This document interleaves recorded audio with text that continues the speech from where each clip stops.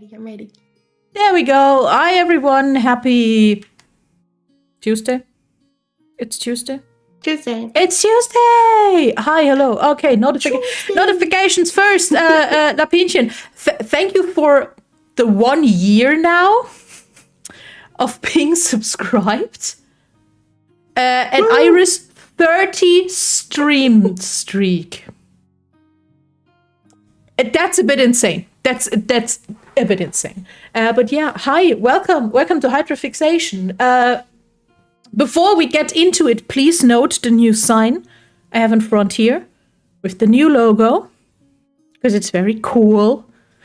Also, sorry for the delay. VTube Studio hates us. That's why Nitro is a fully today and not a model, because I don't know what happened. I don't know. It's VTube. okay. Yeah, it's still, what the fuck, VTube Studio. That is a very cool logo. I know, it is a very cool logo indeed. Made by Kazumi404, same person who made my base logo, because I was like, why not? I put up a sign. Yeah.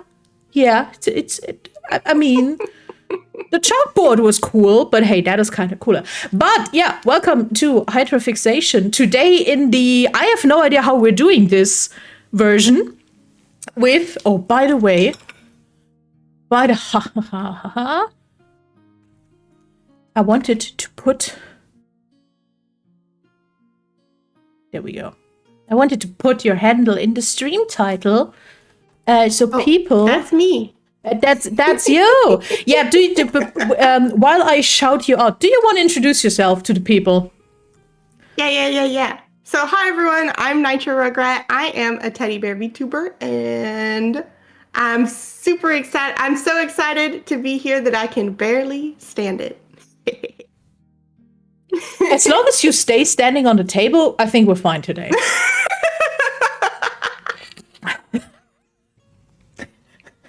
Hi Muse. Hi Muse on Hi Muse over on the YouTube. Yeah, oh my god, it's nitrorugrat in the house, in the tavern.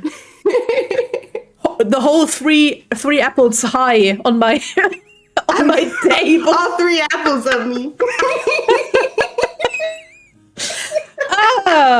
That's my canon height. 3 apples? 3 whole apples. Damn. Just like Hello Kitty. Actually, I think that's 4 apples, but you know, whatever. By the way, I'm not over the fact that Hello Kitty is not a cat. I'm still not over that. Girl, what are you talking about? Dating a cat. Yeah, okay. Wait, that's not what the hydrafixation is. But. Yeah, it's not about Hello Kitty. Hello Kitty, honestly, if anyone wants to do a Hello Kitty hydrafixation, give me, I have no idea what's happening in the Sanrio universe. What? Yeah, Marsh. Hello Kitty isn't a cat, it's a little girl in a cat costume. Who is dating a cat. That is really a... Okay, fuck. Yeah, an actual cat. Oh no, Her boyfriend's a cat. Really? Yes, and she has a little... look, I really like Hello Kitty. I'll be back. Well, we'll see. Let me get through this. Yeah, that's it. Okay. While you live through the shock of the new cursed knowledge you got, I will explain what we're doing today. This is Hydrafixation. Hydrafixation is the talk show where I invite a guest for them to talk about their special interest or hyperfixation with a little disadvantage. And that disadvantage is the 20-minute timer, because they only have 20 minutes of uninterrupted yapping time before I stop the whole thing. And then I ask questions and you can ask questions, and then we see where this goes. And when you're asking yourself, okay, but why is it called Hydrafixation? Well, the thing is, you start at one topic and you automatically open up 10 others, like Hello Kitty when we were talking about Warhammer today. Does that make sense? Honestly, oh, no. I think I saw some Hello Kitty Warhammer paint jobs. So, honestly, we're not that far off.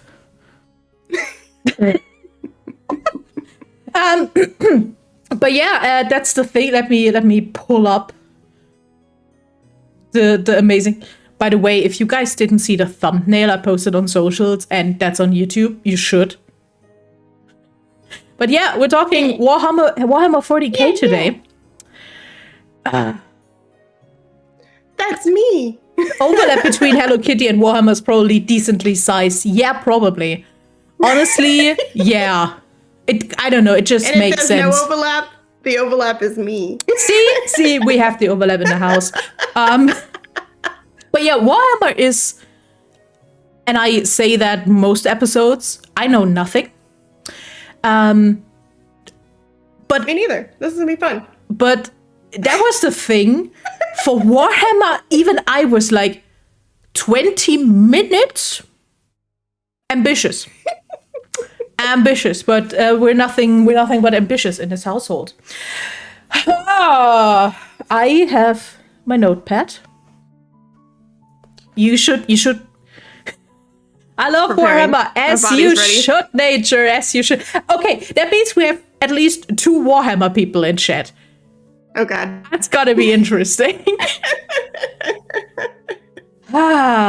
Okay. Let actually me take a sip before we start. I do that too.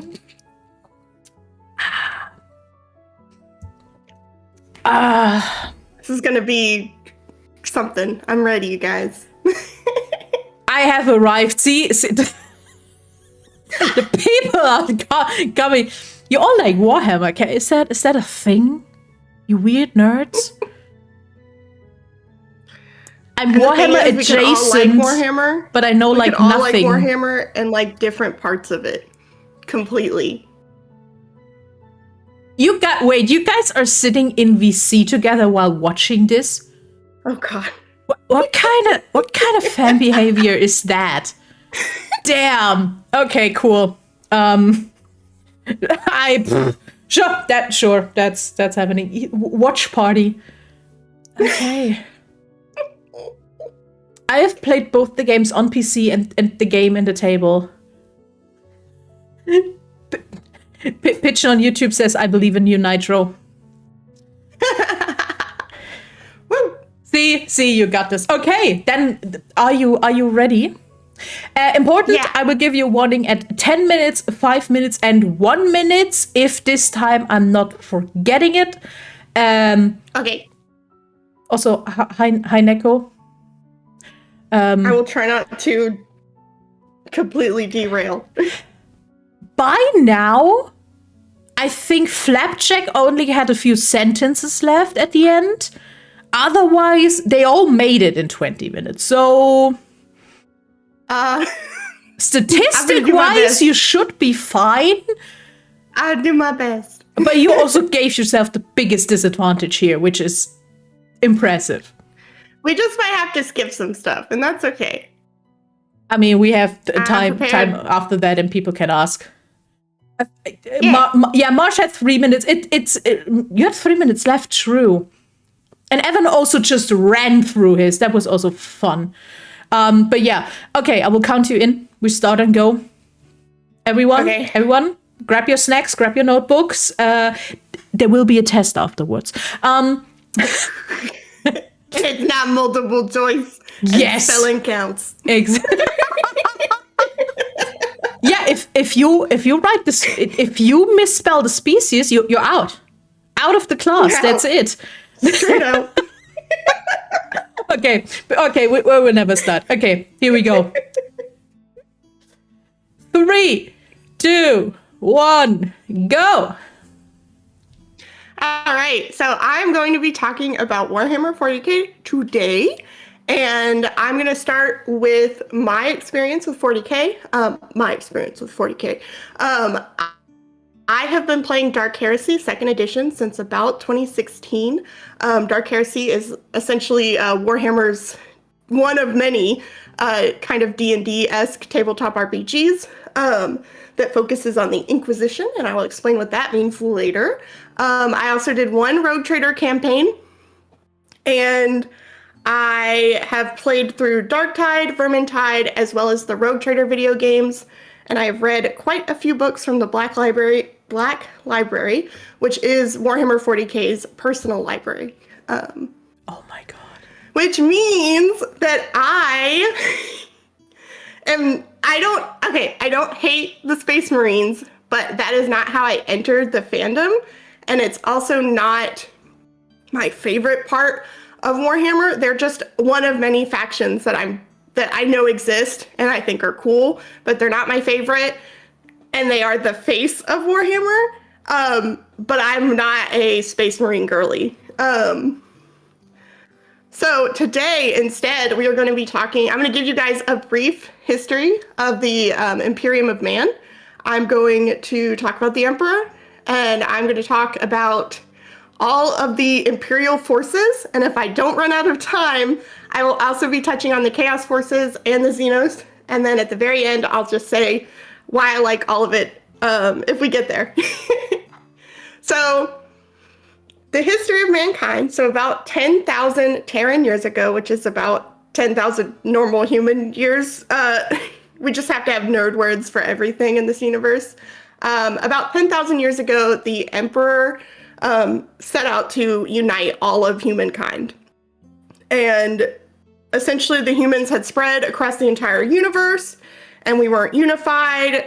We were separated and disconnected, and travel was really hard. And the Emperor went on this grand crusade to unite all of mankind under one rule, his rule. And to do this, he created his 20 sons, and those were the Primarchs, or his, basically, if you were to look at it, they're just the original Space Marines. And if you were to think about it, they are male power fantasy Powerpuff Girls. Super strong, genetically perfect humans that he made in however he wanted them to be. So his favorite son, Horus, got corrupted by the Chaos powers and essentially was like, the Emperor's gonna betray me, and so I need to betray him first. And convinced some of his brothers. They caused this grand civil war, and it's known as the Horus Heresy. And this grand battle and betrayal is what brought the Imperium into what it is today, because at the very end of the Horus Heresy, though the Emperor was able to strike down Horus, he was dealt a mortal wound, and his body was taken back to Terra, or Earth, and placed upon the Golden Throne, which is a cybernetic life support system that keeps him alive and keeps him and his super strong psychic magic powers powering something that we're going to talk about later, known as the Astronomicon. And so the Emperor on his Golden Throne, kept alive by thousands of human sacrifices every day, he's just kind of chilling on there, and they were like, let's make an entire religion around this guy. And so the Emperor of Mankind is now the God Emperor of Mankind, and he is worshipped as the one true God of all of humanity. And if you don't believe in the God, they'll just kill you. That's how it works. So Warhammer's not very fun and not very nice and fluffy. It's lots of, you're a heretic, and so we're gonna kill you. And so the Imperial cult is the official and only religion, and they kind of use it to justify all the things that they're doing. I'm going to go out and say humanity is not the good guys here. We're not the good guys. And also really quick, a disclaimer that I meant to say earlier and I didn't. All the artwork in here I made sure was not AI, but the art style of all this old artwork from the books and stuff does look like it's AI, but I promise that it isn't. That is just the art style, as a warning. All right, so this is the best organization chart that I could find that wasn't horribly confusing. And the only parts that are very important, at the very top we have the Emperor, and then right under him we have the High Lords of Terra and the Inquisition. I am going to talk about the Inquisition at the very end, and I'll explain why. And then right under them, we have Adeptus Terra, the Adeptus Mechanicus, and the Adeptus Ministorum. And that trio is also very important, and I need to keep moving. I'm moving. I'm moving, you guys. So the High Lords of Terra, because the Emperor is just some dude sitting on the throne and he can't really talk, they have to have someone running humanity. And so, God, that would be he's just some dude. Those are statements that get you killed in the Imperium of Man. The High Lords of Terra are a group of 12 High Lords, or like super nobles, that live on Earth and are running all of the Imperial forces. Most of them are representatives from from like the bigger factions in the Imperium, but they're who are making all of the choices, running the war, doing all of that stuff. The Adeptus Mechanicus, they are our tech boys. They are pretty much in charge of everything and anything machinery. And they are the original haters of AI. They think AI is evil and blasphemous, and if you see the evil AI, you kill it. They are in charge of running mass manufactorum factory planets called Forge Worlds. And these are creating weapons, tanks, giant robots, like any technological thing that they need in this universe. That falls under the purview of the Adeptus Mechanicus. They're my favorite, and I think they're really cool. The Adeptus Ministorum, they are in charge of the church, so they do all of the religious stuff. They spread the word of God, and I'm just going to tell you here, the Imperial cult is it's a metaphor for Christianity. So they are spreading all of the word of God and space Jesus to all of the people in all of the different planets. And if you don't follow them, they will send, you just get labeled a heretic and you get killed. So the Adeptus Sororitas is these are look everyone, hot nun ladies. These are the warrior military arm of the Ministorum. And they hand out justice with the gun if you don't follow Jesus. But they are basically the way that the Ministorum is able to kind of have a military force that's able to fight for them outside of the military, the actual military. And they're hot nun ladies. What's not to like? So last but not last, but next is the Adeptus Terra. Now this is where all the other Imperial forces are going to fall. And this map here that I'm showing is actually a map of all of the Imperium. So all of the galaxies and like solar systems and everything that have some planet or something that we're aware of that we can travel to, has been traveled to, maybe has man on it, or maybe is where the Xenos forces are. And because that is such a large amount of space, the only way to travel in between all these solar systems and planets in a way that doesn't take a bazillion years is by traveling our giant spaceships through the warp, or the, which is like the space immaterium between real space and not, but it's really just how they do like light speed travel. But it's dangerous and evil there, and that's where chaos is. And so once you're in there, it's hard to navigate. Oh God, it's hard to navigate. So the Emperor is lighting something called the Astronomicon, and the Adeptus Astronomica is tasked with keeping this Astronomicon running, and it basically acts as a beacon or a North Star that a special person on the ship is able to align themselves to and travel through the warp without getting lost. And so through the sacrifice of thousands of souls every day to the Emperor and the Golden Throne in order to keep it running, the Astronomicon stays lit and allows humanity to keep traveling. And in order to do that travel, you need a navigator on that ship. And so the Navis Nobili are our navigators. They have a cool third eye on the top of their head, and they open it up and are able to align themselves with the Astronomicon and travel through the warp and navigate these grand ships through the warp and to their destination. It's probably way more than 1,000. The Adeptus Astrotelepathica, these are who are in charge of acquiring our psychers. Psychers are essentially this universe's like magic. They draw power from the warp and are able to manifest it into like flames or electricity or moving things or shields and stuff like that. They're just magic. The Adeptus Administratum, they're admin.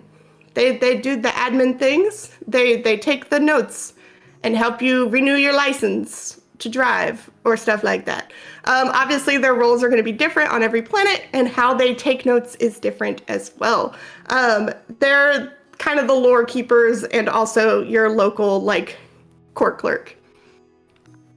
The Adeptus Arbites, these are the space police.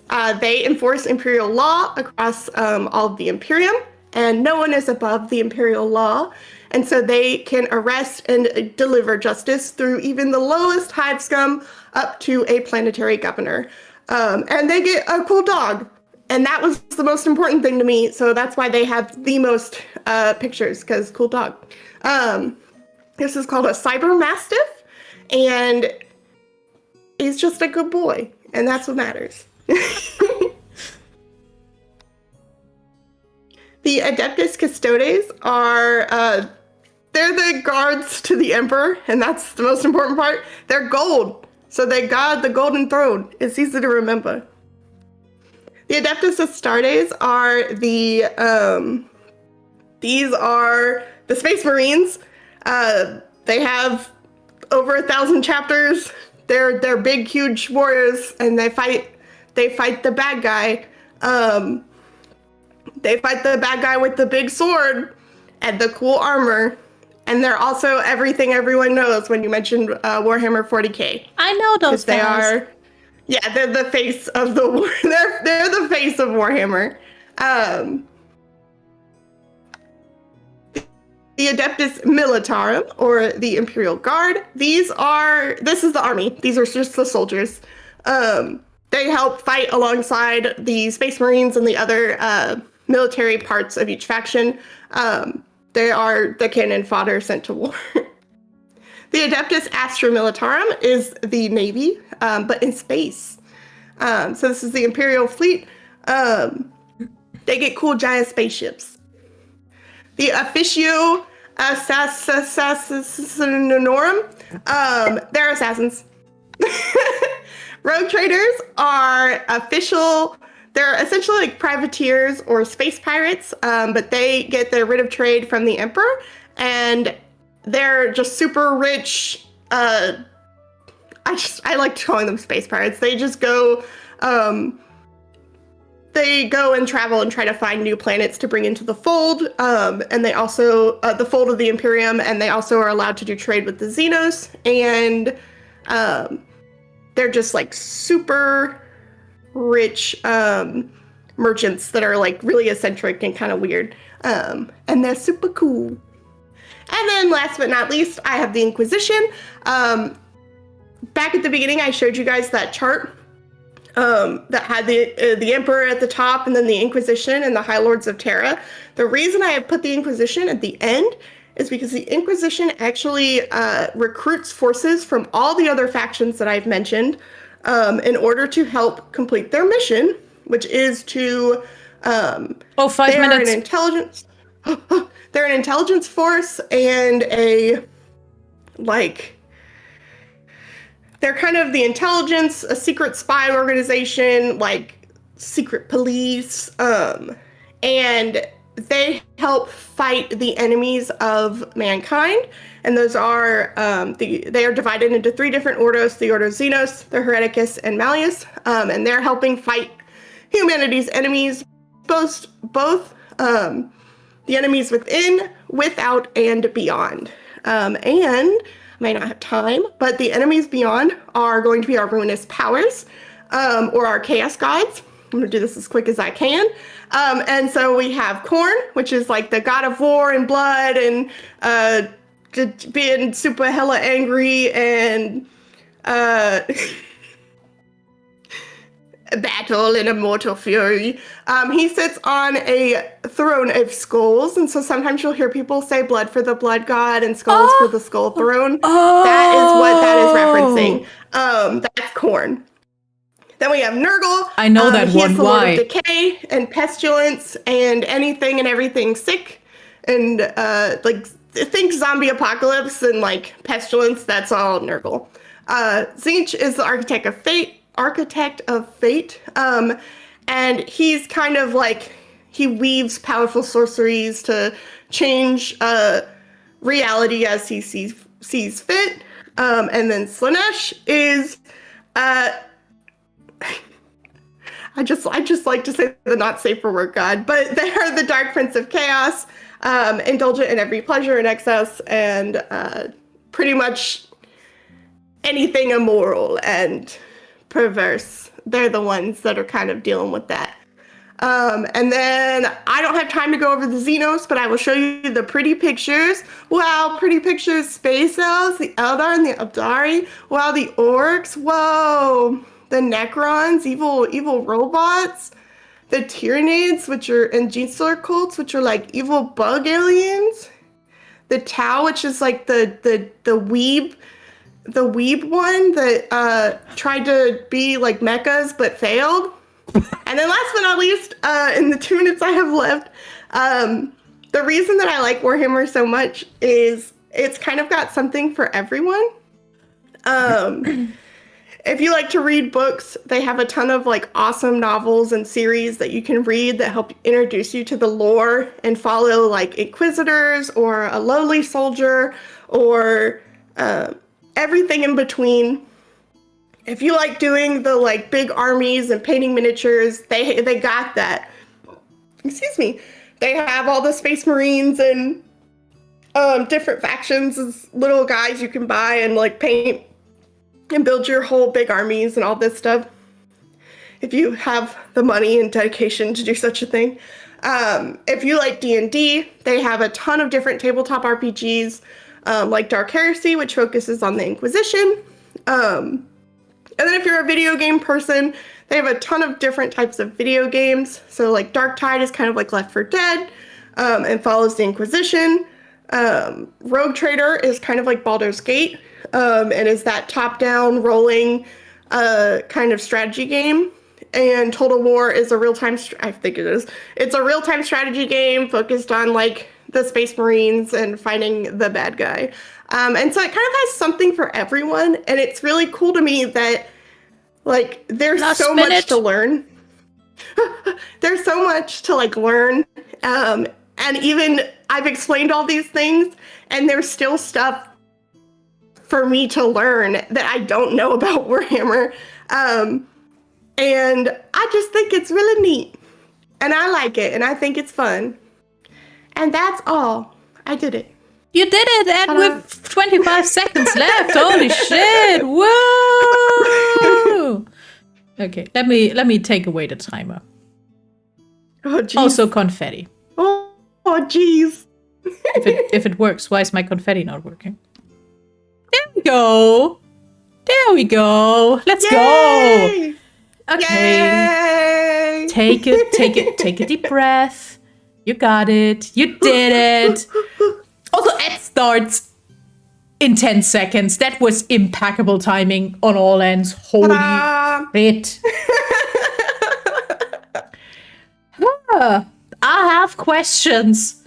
I hopefully have answers. Yeah, I mean, the thing is, you can tell me what you want. I will probably believe it because I don't know better.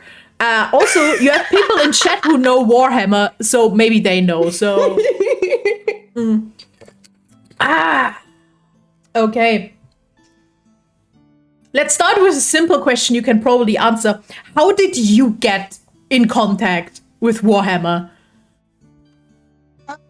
When I was A young When I- Sorry. Yeah. Once upon a time.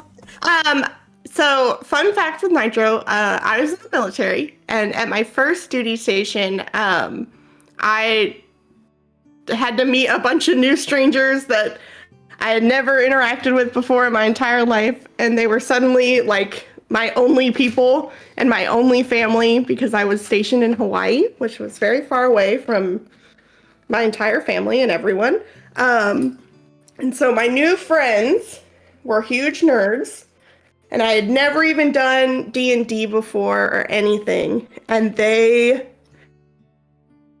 were like, "Do you want to try this RP thing? You seem like a huge nerd." Okay, I can't fix that. Sorry.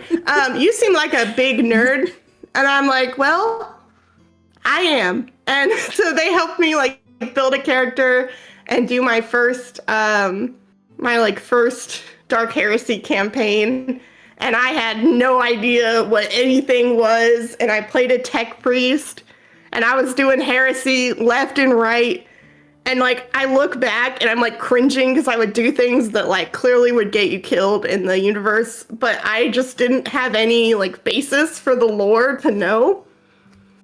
But I started playing with that group of people, and I haven't stopped since. And now we're on like our 4th or 5th campaign, I think. And they've been lasting, like the one we're currently in has lasted for 3 or 4 years now. That's impressive. Holy shit. Yeah. Also, yes, That's yes. lots of fun. Yes, we stretch, we sit up. Yes, sure. I'm sitting up. And also hydrate. My god, that's a lot. What a to-do list. What a to-do list. Well,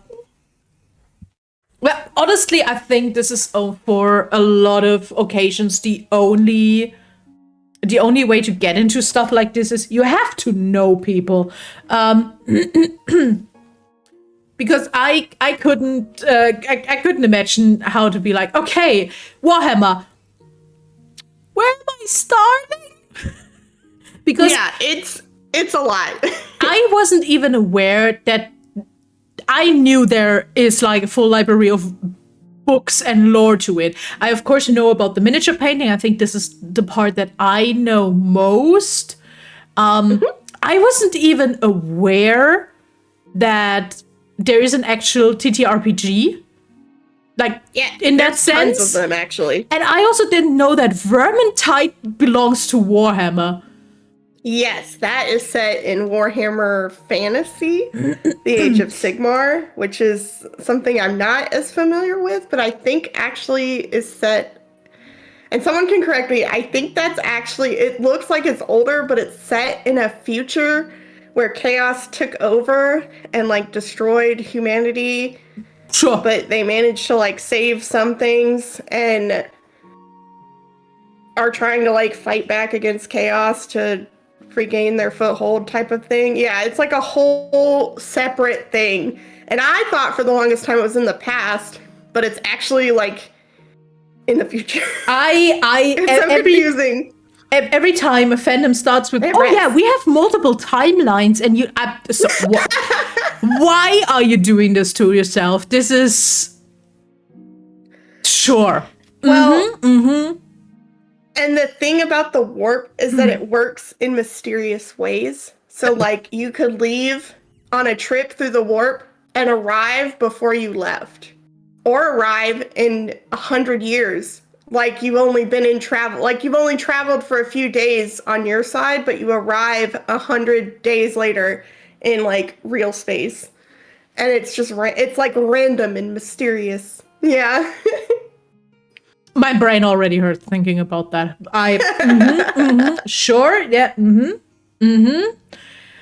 yeah, I feel like we need a part 2. I feel we need like 500 plus.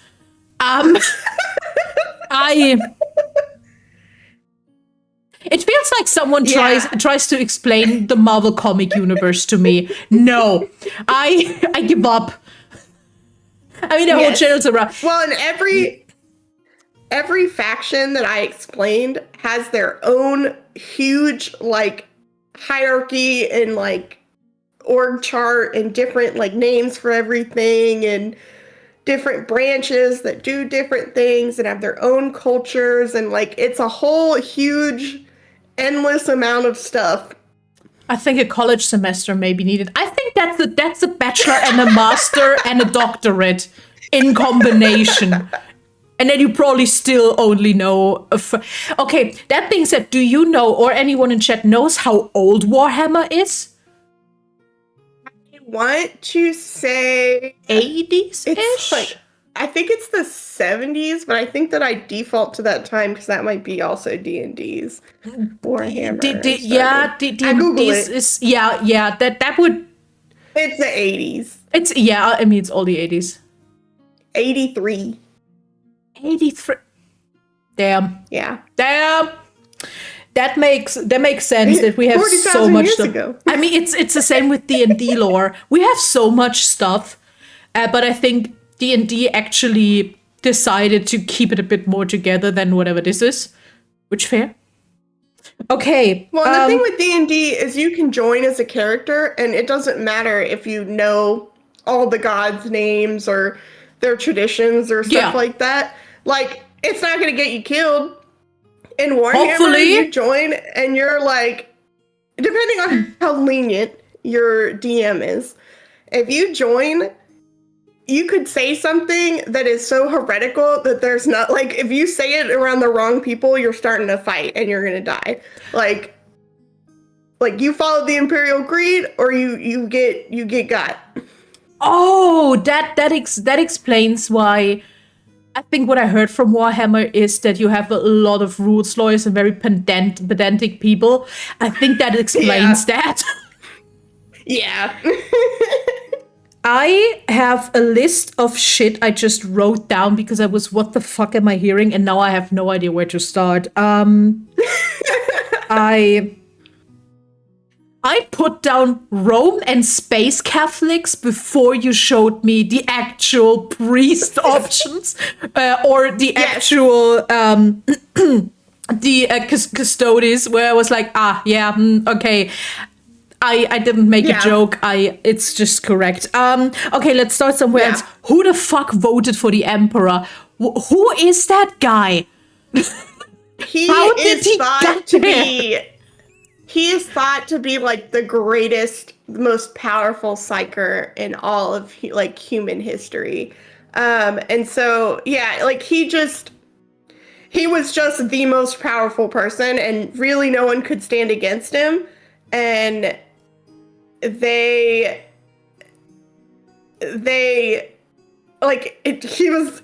biggest guy with the biggest shoulders and the biggest gun, and they can't fight that guy.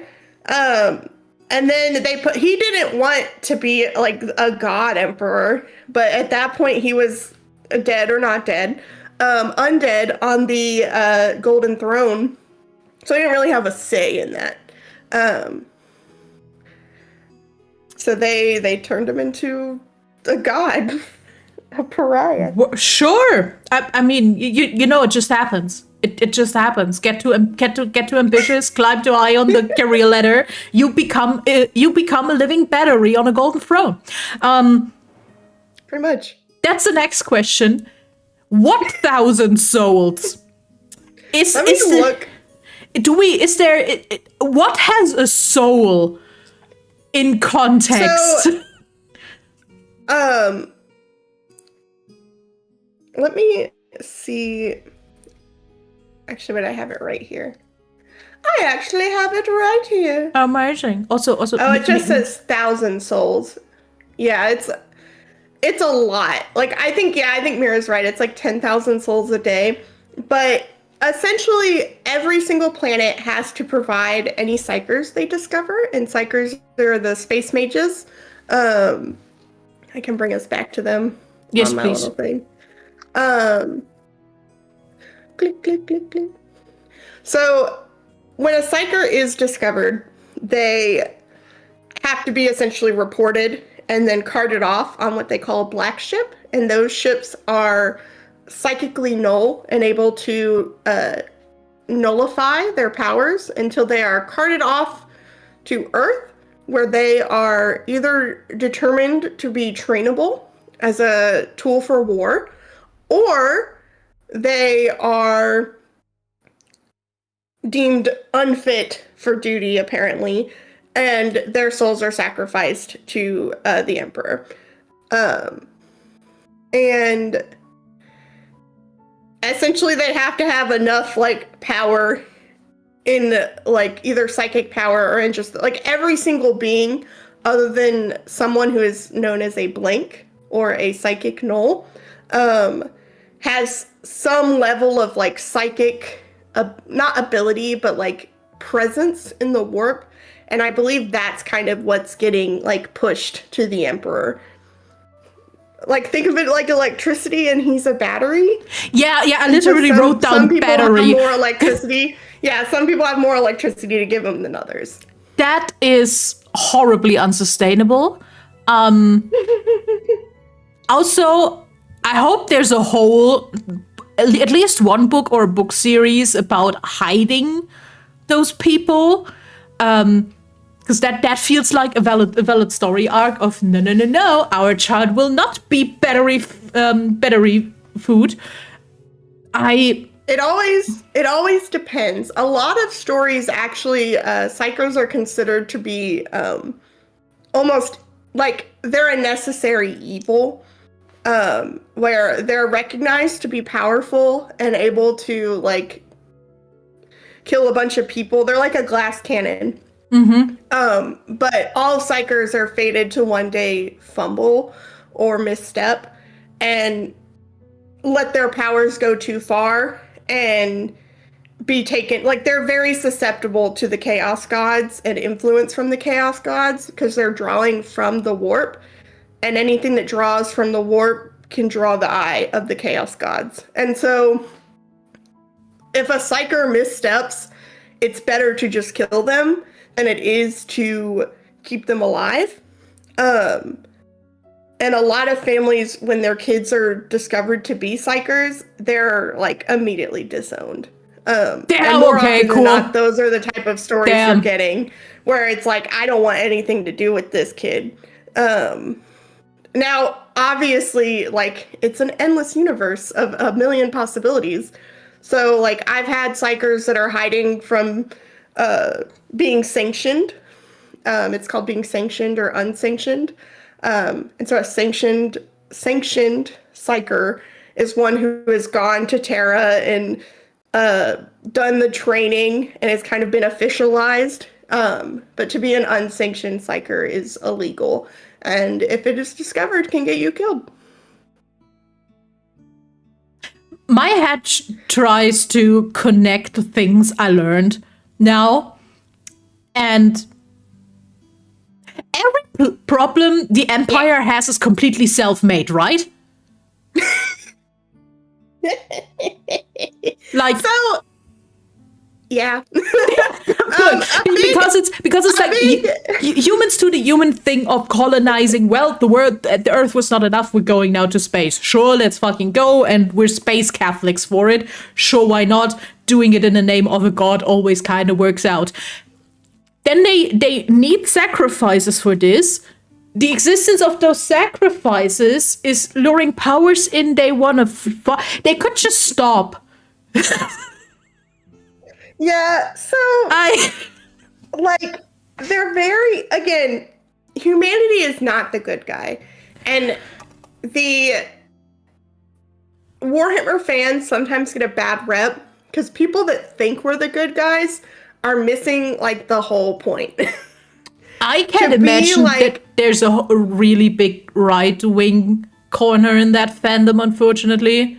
Yeah, and they're kind of like they sometimes miss the point that they're being made fun of in the lore, and think that they're like, humanity's like doing this stuff and they're right. And it's like, no, actually, this is a whole metaphor about, like, extreme religious like fervor and like being xenophobic and all these different things, because like to work with the Xenos is heresy.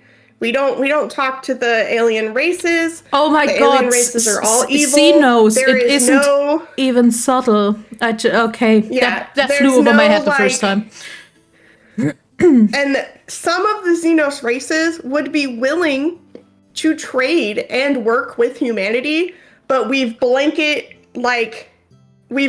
said like no. And yes, we do work with the Xenos. In the current, like most recent timeline, we've kind of the enemy of my enemy is my friend. And we do work with the Eldari now because they are not. We still don't like them, but they are helping us, and they have a common enemy that we share. And Also, we they need kind of help look the anywhere we most can. human. Yeah. And so these are our space elves. And also there are some cases like the rogue traders. The rogue traders are allowed to employ Xenos, and also the Inquisitors. Some Inquisitors will work with Xenos races because they're able to like they see it as a means to an end, or they have realized like, hey, maybe they're not that bad. But even then, some people will consider that heretical, and it could put a target on their back. So it is really the end just defines the means, and that's kind of it. No, we don't work with them, but hey, if it's useful for once, and if a higher up is saying we can, then it's. Yeah.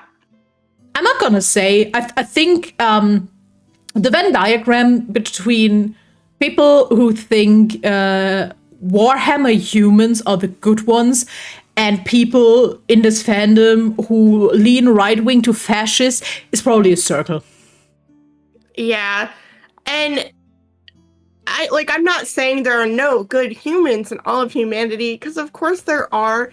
But Rogue Trader, the game Rogue Trader by Owlcat, it does a really good job of exploring what it means to be extremely like devoted to the canon, like religious, like any evil we kill, we burn, like we let no heretic in or pass or risk anything.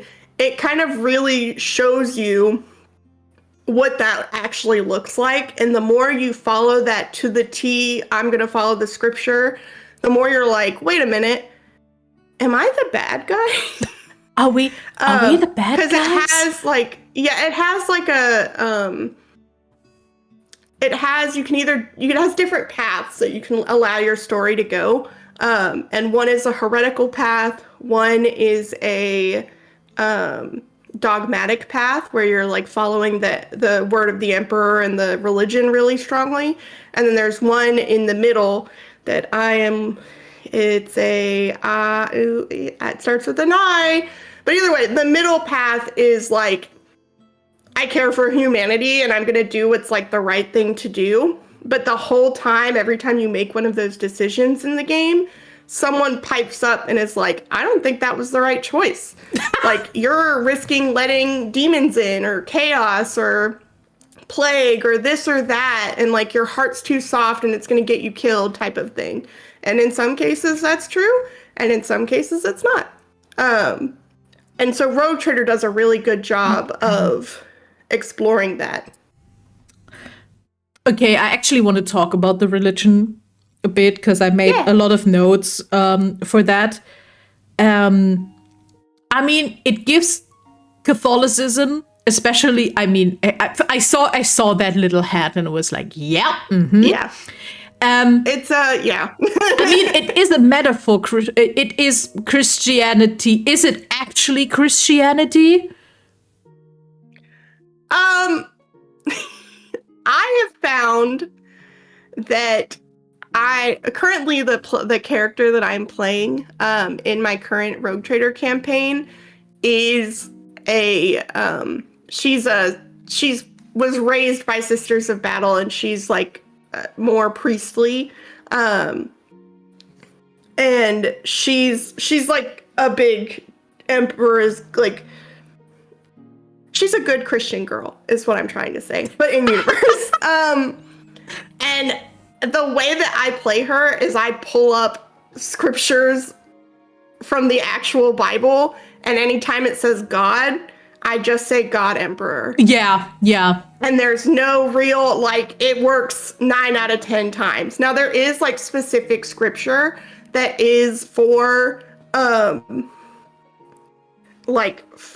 this religion. Like, there's actual, like, quotes from scripture and, like, tenets that we follow that say, like, do not like talk to the Xenos and stuff like that. And it's a lot more like on the nose obvious in their like xenophobia and like stuff like that, because Christianity, if you read the Bible, is not as like evil as it sometimes gets interpreted as, but the Imperial Creed kind of is. Yeah, I mean, especially if you read the New Testament, it basically says, "Don't be an asshole, be nice to others." Community. Yeah. I mean, the Old Testament on the other side, those are two gods, and you can't tell me that they're friends. Those are, I don't know if it's the same guy. I don't know what happened in the middle there. That he did a 180 of no, we're now happy, and I will not fucking let you suffer just to prove a point to Satan. I'm sorry. Yeah. I was not raised religiously, by the way, but the whole Hiob, is it Hiob in English? It's Hiob. The guy where Satan was, he just prays to you because you're nice to him, and God was like, and God was like, well, hold my wine. I don't know what happened there. So yeah, went to one vacation Bible school. Yeah. Once. Yeah. But it's definitely like, it's a metaphor, but they've taken the like every extreme that they could like turn it up to, they have done that. And so it's very like, we'll kill you if you're talking to the Xenos. That's it. The mutants are bad. If you're weird, like, we're coming for you. And they'll like just burn people, like mass murders, and they're like, well, this is the Emperor's like will, and this is his light. And there is no like, oh, I just misinterpreted. Like, no. What it says right here, death. I'm sorry, corpse starch? Chet, what? Oh, so corpse starch. So they got a lot of people that they gotta feed, and so sometimes they don't got food for that. So they take their dead and they process them into food. And like some countries and things do with cows. Yes, or that but with humans. Yeah, honestly, that tasty. That is not. Yeah, that makes sense. There is, so like I didn't really touch on this whole side of the lore, but there are different types of like worlds in the, like, obviously like every planet's different in our solar system. So there are different types of planets in the universe, and they have some worlds that are like agricultural worlds that are in charge, like that whole planet's one sole like purpose is to provide food for the entire like area. And so if something happens to that planet, the rest of the planets in a system might like lose their food source, or like some planets don't have drinkable water or livable air or stuff like that. And humans still think, you know what? I want that. Yeah.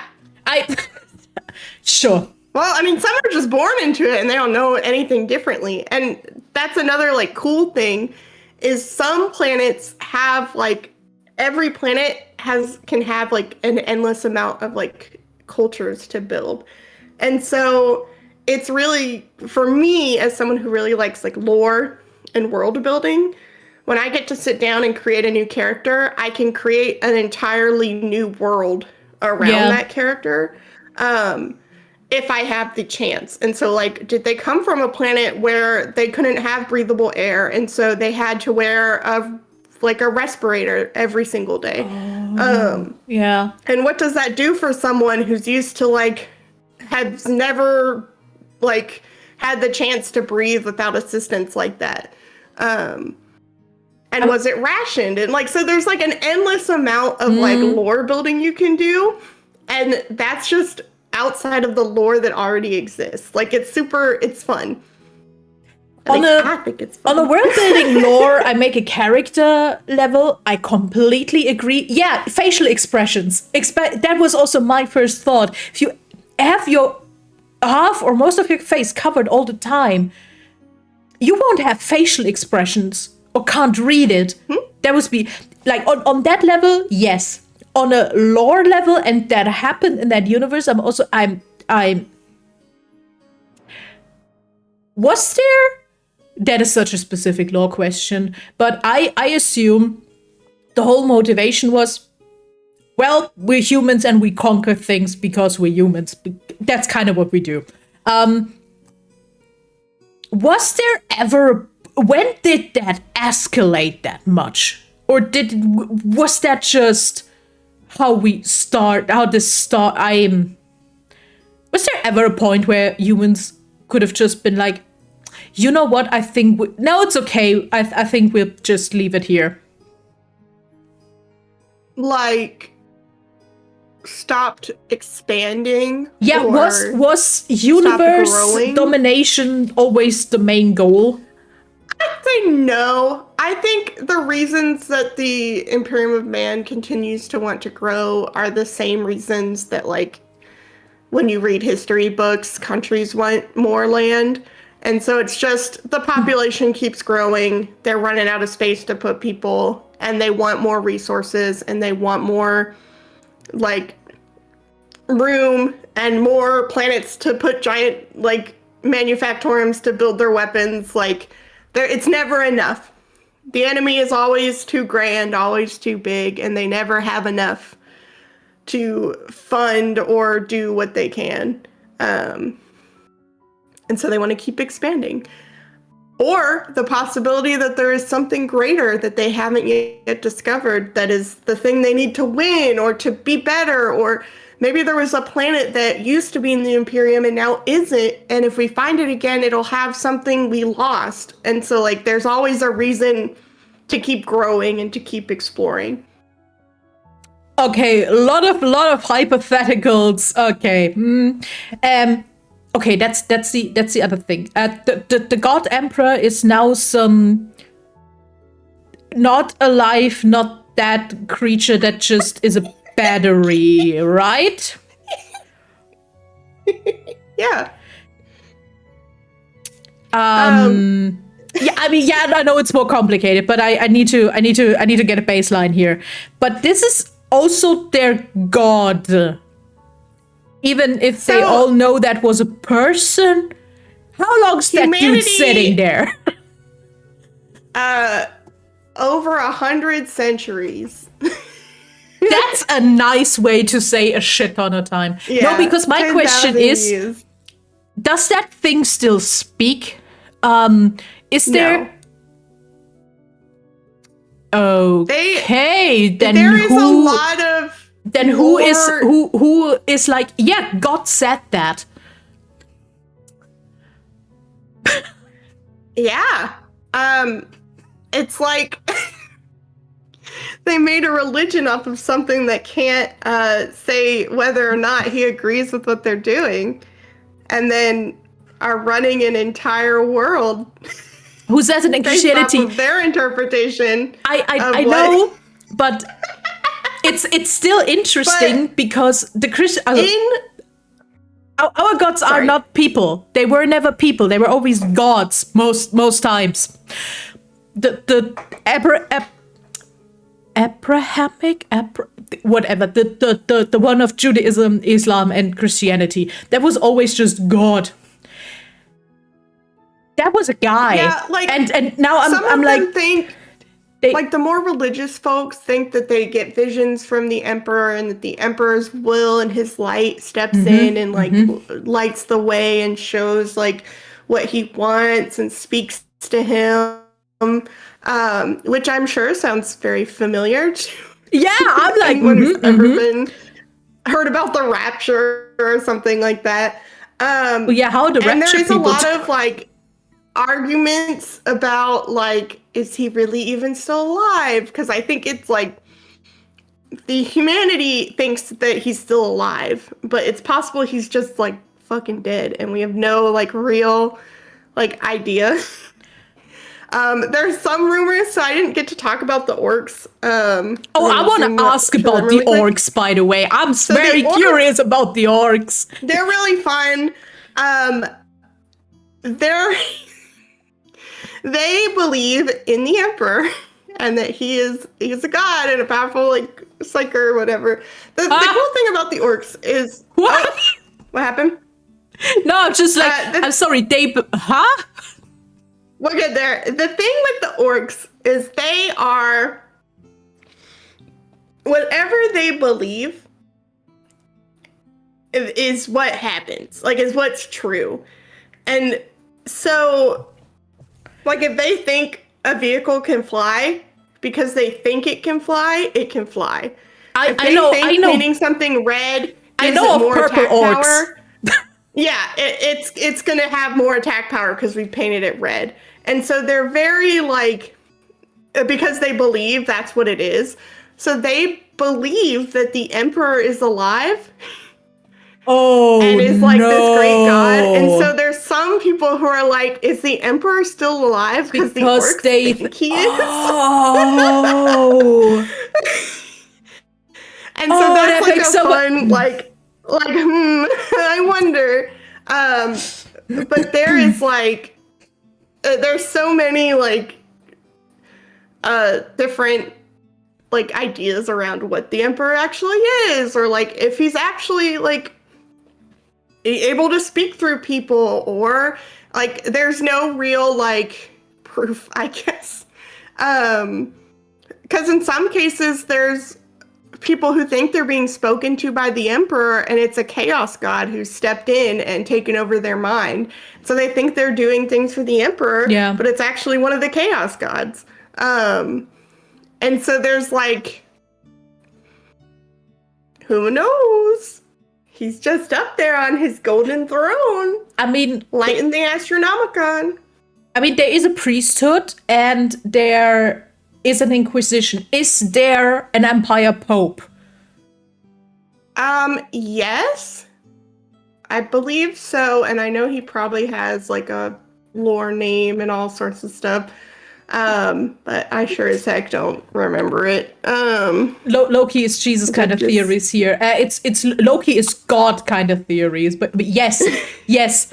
No, because that's the nice thing about our gods is like, you know, the modern monotheistic god that no one ever saw the dude, so it's really easy. And this is why I'm asking, because is the God Emperor just so forgotten as a person or mystified that people don't have the, oh yeah, that was just a dude once thing anymore? That's why I asked for how long is he a battery now? So at the very beginning, I talked about the High Lords of Terra, and I said that one of them is like the head, that a lot of them make up like, a lot of the people that make up the Senate and the High Lords of Terra are the heads of some of the major like factions. And so one of those is the ecclesiarch, which is essentially like the Pope. Oh, okay. And there who is like the most holiest of all. Mm-hmm. Mm-hmm.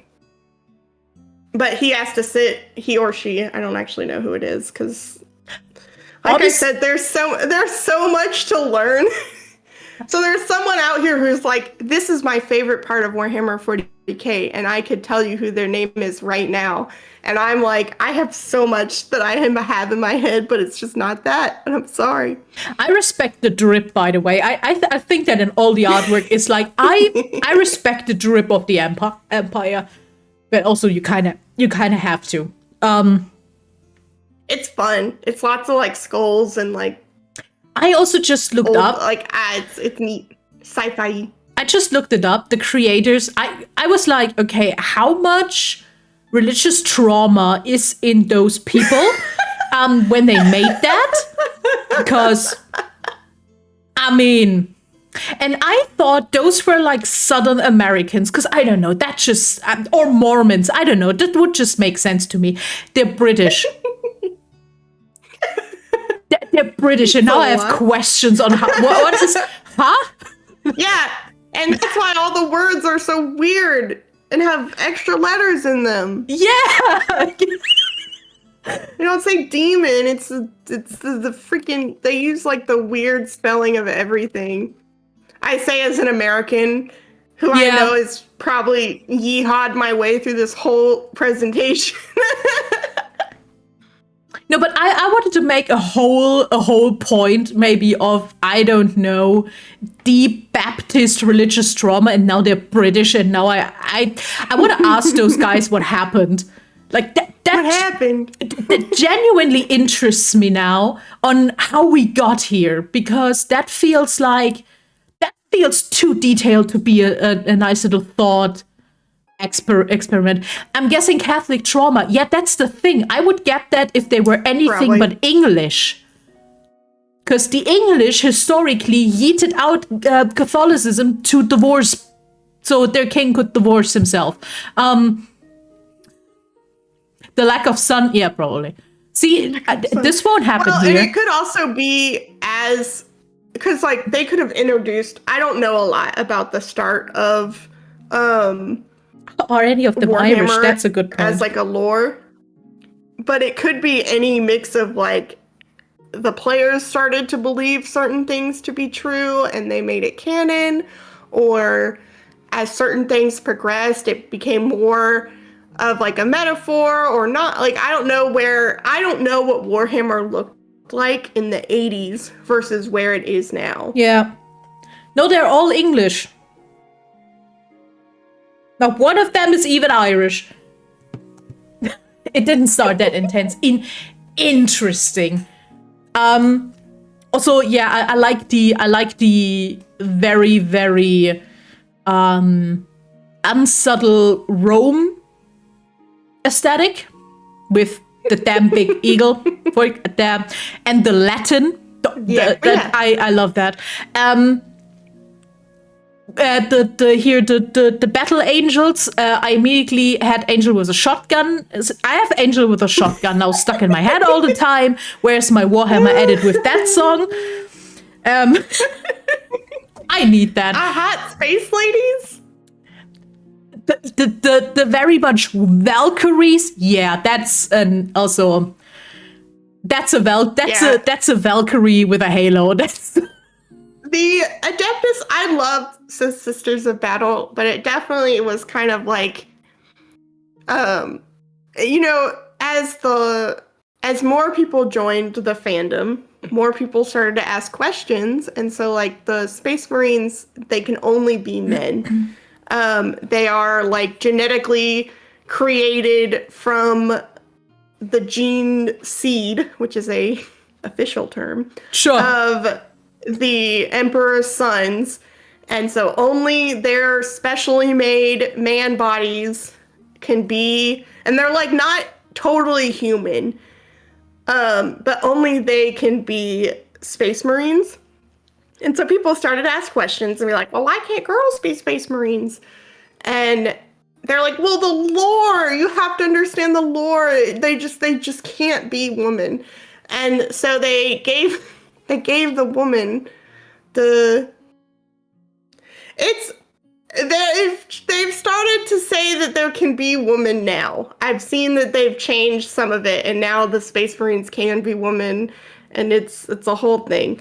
What in the Star Wars is going on here? We have Sisters of Battle now who are supposed to make us happy. And they've got titty armor. What's not to like about that? They're pretty ladies with guns. And they also have power armor. I'm still hung up on the it was genetically one pool, and now we spread up because we kind of had to. What in the Clone Warriors is that? George Lucas. Did you play Warhammer? It's very, very complicated. And I don't like, some people are very like, well, there are some armors that have a lot less clothing that the Sisters of Battle do wear. Because it's the lady, what are they called? They have like, so that's the other thing, is every single one of these factions has like 10 other factions, and I only showed like either a generic photo of them. But there are some other options, of course, and some of them are worse and some of them are better.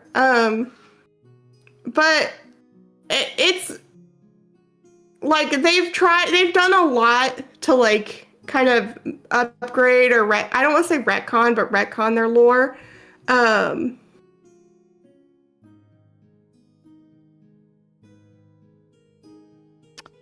But let me see what Mira said. I'm also asking now, where's my Space Marine Yaoi? My favorite chapter and faction of the Space Marines is the Space Wolves, because they've got like kind of Nordic. They have fun traditions. The Space Wolves. So I think that's actually the photo I used on my thing. But they've got like fun, like Nordic imagery, and that's like the end of my. Yeah, they have dogs. What's not to like? Oh yeah, good. I mean that's solid. And in Rogue Trader, the Space Marine in Rogue Trader is a Space Wolf, and so I enjoyed his character, and learning all of his like lore surrounding him, and so I just say the Space Wolves, and then I also think the Grey Knights are cool because I'm an Inquisition girly, so I really like anything that involves the Inquisition. Out of context, that's a sentence.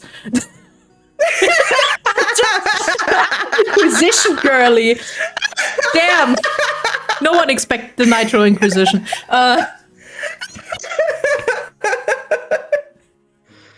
It's fun. I'm just a big fan of Warcraft. That's not true. I'm just a fan of torturing heretics. You know how it is. It's true. Death to the heretic and all that. Okay, but the Emperor protects. I mean, I know also the Space Marines because they're built like the biggest Dorito ever. Now the question, since they're genetically modified, how do they look without the armor? Like normal dudes, I think. They've got, so they just look like big man. Like they're huge. Yeah, they're like 7 or 8 feet tall or something like ridiculous. Sure. And they have special ports in their body where they connect the armor. And so like the armor can come off and it gets like special, like it's basically like a holy artifact to handle like a Space Marine's armor. And all over their bodies, they have like different connecting like ports and stuff where the power armor connects to them and they're able to like do stuff. Yeah, they're like when I said they're not exactly human, they look kind of human, like in the face. But they got a lot going on in there. I'm a bit scared what happens when I Google Space Marine out of armor, but I will do this now. I don't know what I'm expecting. No, it's not so bad. Yeah. It depends on what your Google search pulls back, because, like anything on the internet, there's, like, Rule 34 still exists, so... Yeah, that's why I said it's a boys' club. Where's my Space Marine Yaoi? I mean... No, that looks... There's space, if you know where to look, there's yaoi with people with eyes to see. I mean, there's always yaoi. I mean, there's always yaoi with people with eyes to see. Especially in a universe that lives off trauma. Yeah. It's really easy to be like, oh, like Warhammer has no representation and they're like, it's a boys club and stuff like that. But they have done a lot to have representation and like in some places where they can. But they still have like their evil metaphor that they're trying to like, I don't want to say evil, but you know, they don't want to make humanity the good guys because we're still supposed to kind of be like, you're supposed to be like, oh yeah, we're doing good. And the more you learn, you're like, wait a minute, are we the bad guys? They still want you to have that like moment. Yeah. But like the Rogue Trader game has a lot of representation for like different types of couples, and they even have one of the best autistic representations I've seen in a long time in the Rogue Trader game. As with one of their tech priests. And it's super easy to miss, but he's really cool. But they've done a lot to like make things better. Mm-hmm. And some people don't like that. But there's always gonna be people that don't like change. And a lot of like their big writers, like a lot of their prolific like writers in the fandom are women, so it's not like it's like all men and only men do stuff and I'm like there's no one like that's not true. It's pretty like they're pretty good about that. Like it's not as much of a boys club as people want to think. Now, like any fandom, yes, I've had to like deal with stuff where like, oh, you like Warhammer 40K? Name 10 Marines. Like, name 10 chapters right now in their color. Like, I had to deal with that.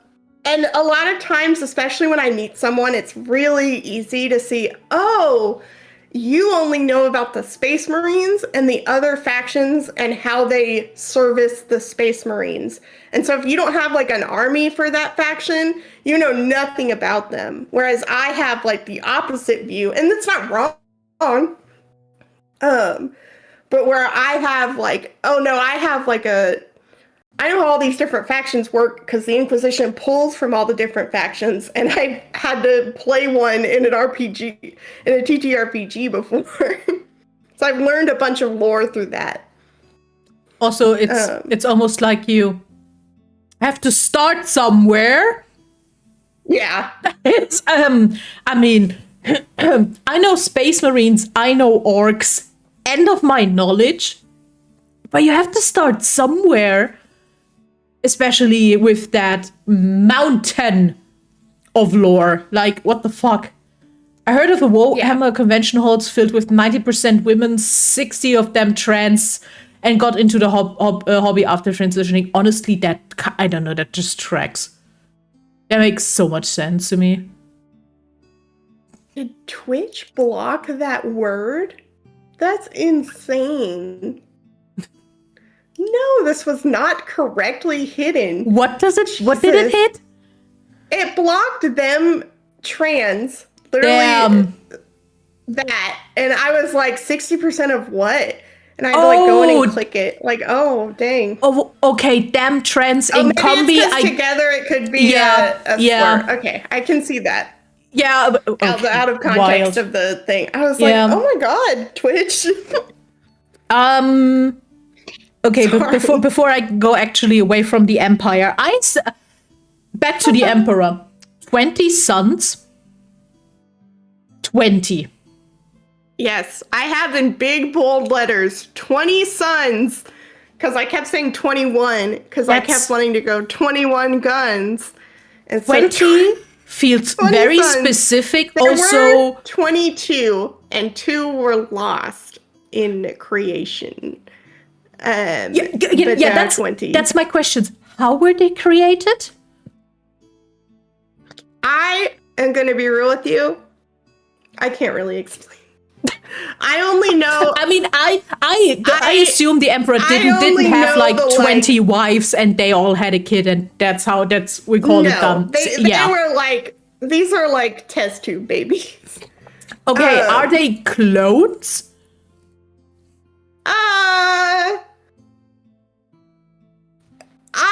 I don't know enough to say yes or no on that, because I don't want to say yes and they like used his genetic material and that's how they made him, but like I mean, don't know, yeah, 100%. if it's a son, yeah, I mean that's a given, but if they still run if they still run really on lucky. roughly human genetics, either they're clones or there must be another part, and now I'm curious.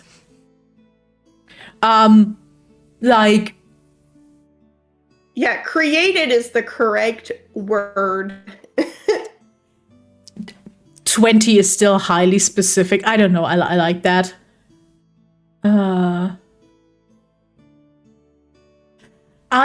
Oh god, I mean, yes, there's still a lot of like discrimination in all those nerd spaces. Unfortunately, still.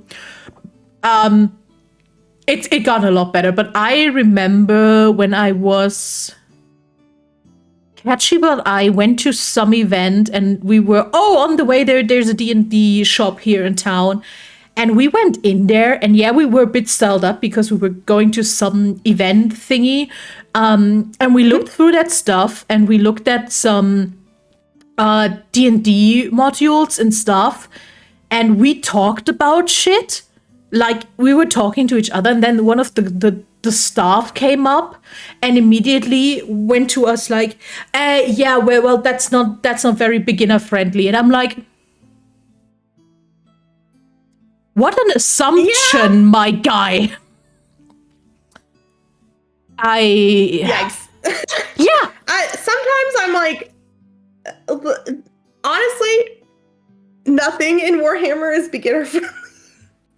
Like, you have to, it's one of those things where you just kind of have to like throw yourself in. Yeah. And as you start asking questions, you're looking up on the wiki and you're like Googling why did they say data slate? What's a data slate? And you Google it and you're like, oh, they don't say tablet, they say data slate. Oh, they don't say camera or video camera, they say pict capture or like pict recorder.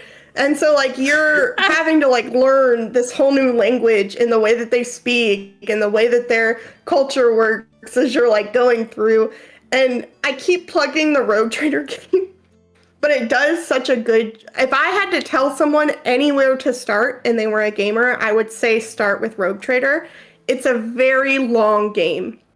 It takes a very long time to get through it, but as they'll say certain words, you can highlight it, and a lot of like the keywords, it'll say this means, and it'll tell you with like a little pop-up, like a glossary. Oh, that's nice. And it does like a good job of like explaining the lore and how the Empire works, and like it can either treat you like you've never played the game ever before, like you've never done anything in universe before, or you really know everything and like you know what things to choose. And it's designed to be played multiple times, unfortunately, because it's so long. Where like you can play through one playthrough and get the ending you get, and then go back and go, oh, well, this would have been the dogmatic choice, and I should have chosen this if I wanted to follow the Imperial Creed. And it does a really good job of like kind of holding your hand through that and explaining so many different aspects of the Imperium.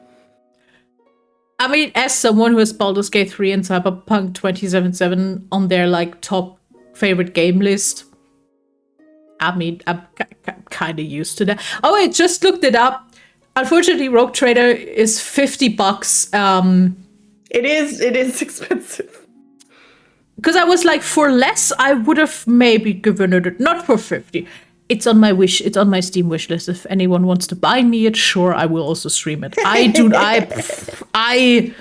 the fuck not? I'm gonna try to stream Rogue Trader. It is very long. Like let me see. Let me check my Steam and I'll tell you how many hours I've put into Rogue Trader. It's a choice matters RPG. Yeah.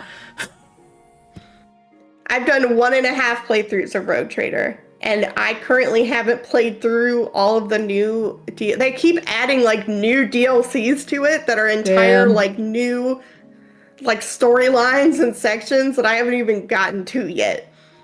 I have put 316 hours into the Rogue Trader game. Yeah, that sounds correct.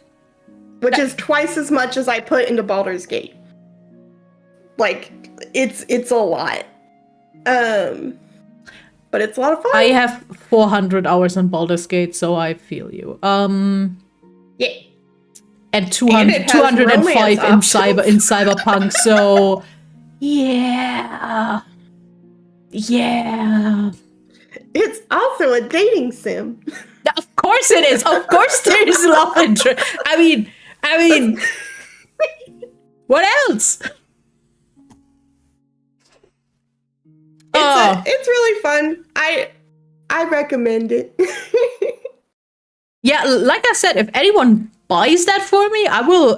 I don't at least partially stream it or record it, because it sounds like a good. I still don't think I will actually go deep into that world because it's honestly too much for me. It's a bit like One Piece. No. Yeah. There is an amount of knowledge or content that a fandom can have where I'm looking at it and I'm like, good for you guys. No. One Piece is also good, and I'm still trying to catch up to it, so I feel you. Yeah. And this might be bold, I would say Warhammer has way more lore. I mean, actually, I think I know it does. There's way definitely more lore in Warhammer than there is in One Piece. Oh, definitely. And you could go on for, like, ever trying to learn everything. But I like lore. So I would also say Warhammer actually has the more thought through lore, because my One Piece hot take is that Oda never anticipated that thing to be successful and just I don't know, every chapter was like, well, I don't know what, sure, let's do this, because that is so incoherent. He does such a good job. He does a really good job of bringing back stuff he mentioned like 100 years ago. Yeah, do you know why? He'll be like, oh, everyone skipped Skypiea? Well, actually, that was important. And now we're 500 chapters later, and don't you wish you hadn't skipped that? Because that's when I first mentioned it. And you're like, what? No, what I've learned... I guess you did. What I've learned is that there's a reason why some characters don't use their old... Yeah, exactly that.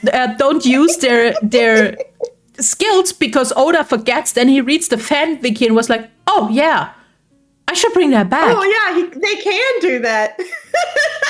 Which is also... Why hasn't so-and-so done this in such a long time? And it's like, oh, I forgot. The creator forgot. Honestly, I also would look in my own fan wiki all the damn time, because no one can keep up with that.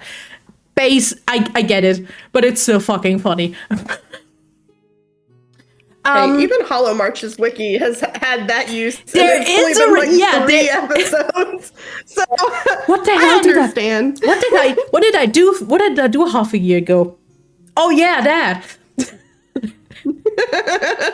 That's why wikis exist. Back to the 2020 Suns. I'm sorry. I like firstborns getting corrupted. I immediately have to think about my favorite fucked up firstborn, Arthas Menethil.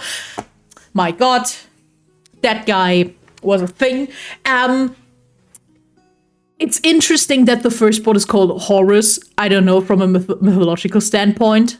Does he have any falcon? Is there anywhere a falcon in his I don't know, symbols?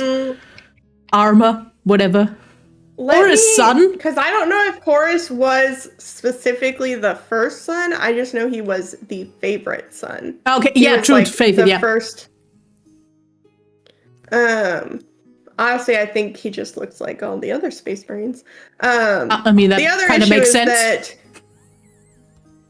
let me see, because I only have him like hella corrupted. In this photo, because the Emperor is on the right, and I'm pretty sure that that's Horus in the big armor, and then one of his brothers that he killed at the bottom. Sure. This is like a biblical painting. It must. It definitely is.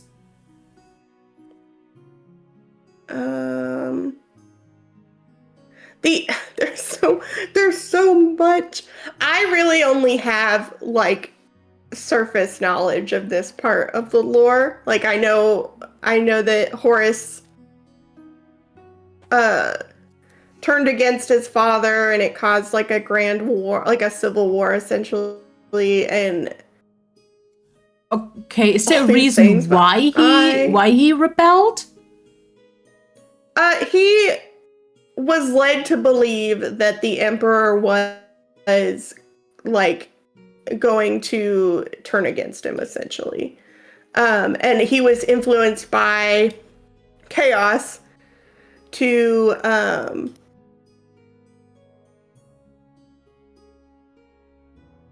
kind of believe it. Even like it got worse thanks to Chaos's influence. And he essentially fell from grace because that he got so convinced to such a I'm wording it wrong. Sorry. No, it makes sense. It makes sense. He thought he was the Emperor's favorite, and being the favorite child is really great until you realize anyone else can become the favorite child. Mm-hmm. And when Chaos interferes and basically says the Emperor is going to have a new favorite and it's not going to be you, and like he might cast you aside or kill you or something like that, Chaos starts to really make you want to, take matters into your own hands. I love that. I kind of hope that guy had an epiphany of, what we do is actually shitty, and maybe I should stop that. No, it was petty jealousy. Wow. I had hopes for a second. Yeah. Yeah.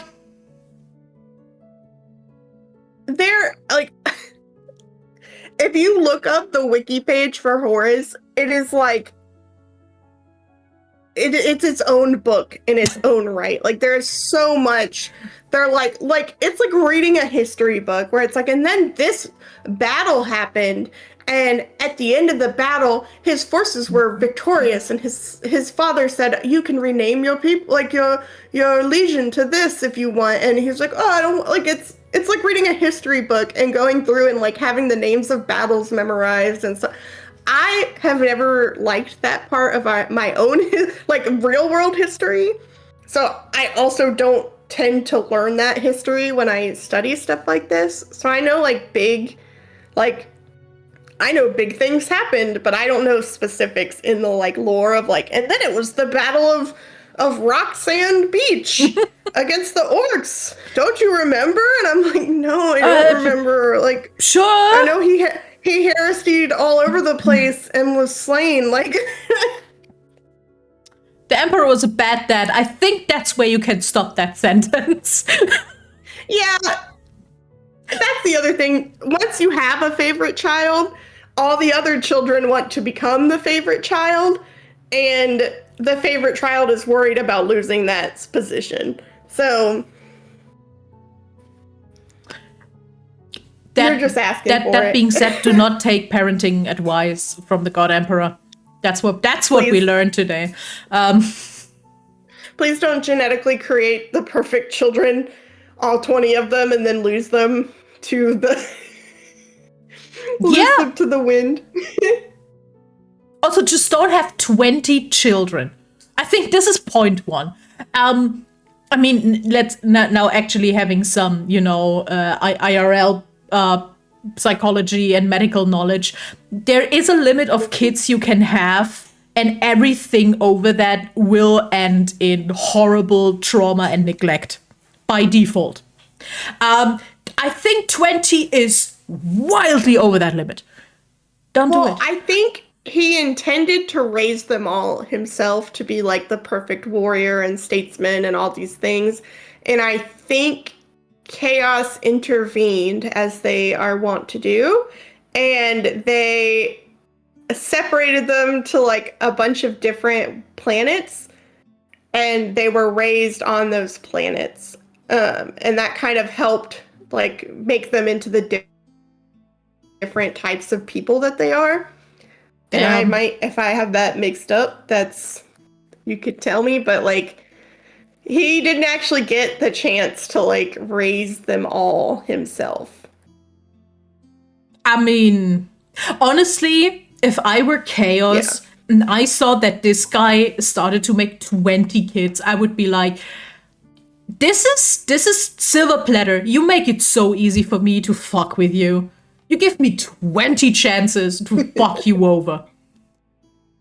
Like, I mean, being the offspring of the God Emperor is bad enough as it is. Having 19 others? Damn. Yeah, I can't imagine, because I have 2 cats and I can barely take care of them. So, God, I had to lock them out of this room so that every time I practiced the presentation, my cat would jump up and try to interrupt me. And I'm like, George, I have precious time to be given this presentation, and I can't have the cat distracting me. Maybe the cat had vital input. He's like, actually, I like the Space Marines, and getting cancelled immediately. you're wrong. You know, parent, have you ever thought about the Space Marines are maybe right out, cat out? Oh, Jesus Christ. Also, Chaos likes to really mess with humanity and like really like there's some stuff we can do against them, but they're really powerful and super scary. Honestly, if I were Chaos, I think humans are also probably one of the easiest targets baseline.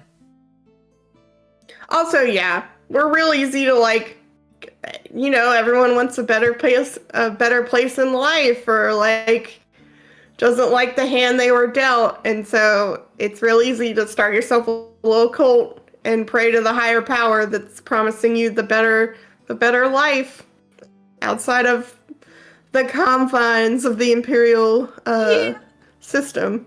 Yeah. And they give you a few cool new eyes. What's not to like about that? I mean, that is sure. Who doesn't like eyes everywhere?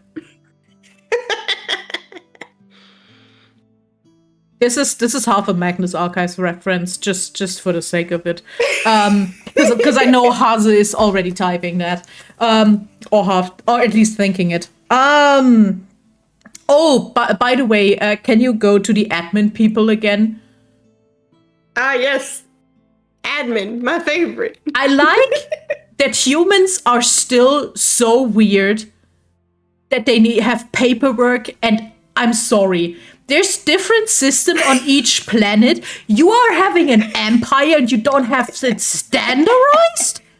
No way. There's no standardization. Where are my DIN norms, Emperor? This is like some of them, some planets you'll go to, and the administratum does everything by hand. Every single paper is handwritten, and there are no servitors who are helping. There's no machinery. Because, like, the guy on the right is, if he's not a servitor, he's been heavily modified to write things down.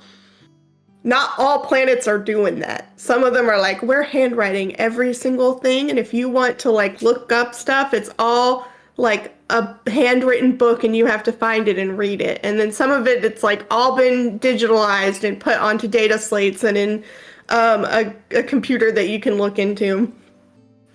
Except in order to access that computer, you have to have a tech a tech priest that knows how to use it. Someone didn't get passage letter A38, so everyone had to come up with the. Oh my god. I'm now questioning how widely known that reference is. I don't know what you're talking about. So I would say the that. passage letter A38 is from is it French or Belgian? I'm not sure. From a comic series called Asterix and Obelix, who are two Gallic. Jesus, I'm now struggling with the correct English terms. But they're like belonging to a little tribe who is defending themselves against the occupation of the Romans with a magic potion they have. That's a thing. And there is a whole comic issue that is, it's French. Okay, I'm not sure. A lot of them are Belgian. There's a whole comic issue. It's Asterix and Obelix versus Caesar, where they have to like do Herculean tasks, one of the other. And one of those tasks is get that specific form A38, and you need that to continue. And they go to this like government official bureau thing and try to get it. And they were like, okay, if you want that, you need the other form, and then you need the other form, and then you need the other form. Oh God. The Witcher 3 Blood and Wine DLC references that, by the way. Oh, there's a quest where you want. This does look familiar. There's a quest where it's like, oh yeah, there's a bank account for you, Geralt. You just need to activate it, and then you go into that bank. And you're like, yeah, I would like to activate it, and then they send you through the whole damn bank building to get your money. That's a reference to that. It does. It's really, that's how it is. It's like in some, and it's funny because in Rogue Trader there is even a moment where you have to go to the Administratum building for something, and you're like, I'm the Rogue Trader. I own this planet. Like, I'm skipping the line, and they still are like, no. You might have to wait though. Like. And there are people who are not the Rogue Trader who are standing in the line who are like, I've been here for 100 days, and if I leave, I start over. And you're like, oh, okay. This is how you know your empire is shit, is when your bureaucracy is like this. Of course, you get nothing done. Yeah. Well, and some knowledge is heretical to know. And so it's like off limits. And if you like write it down, it can cause real bad things to happen and all sorts of stuff. So there's constantly a lot going on. This is, by the way, the IRL reason. The IRL excuse why the Catholic Church was like, no, we're not translating the Bible. No, we don't let them read. They could read heretic shit. No, you don't want the people to get ideas. Well, wait till you learn. The common language is Low Gothic, but there is High Gothic, which is the like Latin essentially, that only the nobles learn. And a lot of like signage and official documentation is in High Gothic. And then each planet can also have its own language, so it's a whole thing. Damn. That's just... Yeah. Ooh. Was dubbed in various languages. That makes sense, actually. The Asterix movies were such a staple of my childhood. Ridiculous. Can we also look at the map again? Because there were two things that stood out to me where I was like, what in the edgelord is that? That one. We have the Eye of Terror and the Storm of the Emperor's Wrath. The Eye of Terror. So I want to pull it up just so I can know for sure. Essentially, the warp sometimes, like, you know, we have real space, which we're in right now, and then we have the warp. Sure. And sometimes these great rifts open up and the warp is leaking into real space. And letting out demons and evil and chaos and stuff like that. And so the Eye of Terror is, and I can't say this word, so bear with me. I can't say any words that are R-R-E-R or E-R, R-R-O-R. I can't say it, so I'm gonna mispronounce it every time. The Eye of Terror is like one of the biggest known rifts in the warp where all the evil is coming out of. And there's a very famous planet that was kind of like the bastion against the Eye of Terror. And you can't really see it in the photo because it's so small. But it was Cadia. And so it was like a really important, like, the last stand against chaos. And it fell. The Game of Thrones was, wall, like, basically. That's what I'm... Yeah. Okay. Mm-hmm. Yeah, and it was like a really big part of like a big lore moment for Cadia to go through this like huge like war and fight against the chaos and then for it to fall. And fun lore things with Cadia is everyone born from Cadia has purple eyes. Which I don't think you can see. You can't see it from my model, but that's also why I have purple. Ah, nerd. Fucking nerd. And it's also, sometimes people will joke with Ruse because Ruse also has purple eyes. So that's another thing. Yeah. No, honestly, those names were just for me, like, it was like, yeah, okay, sectors, what in the edgelord naming is that? That makes sense, by the way. Yeah. But what the fuck is the Storm of the Emperor's Wrath? That's also a lot. That's a mouthful. We were in the 40K. So right now in current lore, we're in the, like, next, I guess, like we were in 40K, but now we're in 41K. But that doesn't sound as, like, cool. Yeah. Mm-hmm. Oh, so 40K is actually a time? Glazed over that. Well, they've kind of, like, let the, like, true lore keep moving so that they can introduce new things and they can, like, add new, like, people into the mix and kind of change how, like, the culture is, like, moving and change things with the world. And right now, the current map has a huge, and I think it's kind of is it the Maelstrom? It's not as easy to see. It's basically like a giant warp storm because the warp has I thought it was something like that. Affects, and like it makes it difficult for us to travel through the warp in those areas where the warp storm is. Mm-hmm. And right now, it's like the something segmentus or something. The current map has a giant warp storm, almost like a rift across the entire, in between the right side of the map and the left side of the map. That's like making it impossible for people to travel in between those two areas, which is bad because it's cut off access to Terra. Yeah, that's inconvenient. And then it's cut off their access to the whole other side of the like world. Let me see current.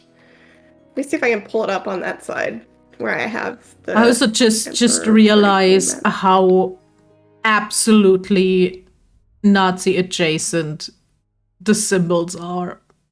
Oh, I think it is this part. Am I crazy? Don't answer that. I am crazy. Okay, go ahead. Yeah, the other issue is some of these maps are like so crazy. I think I have it your is. presentation It's this part right here.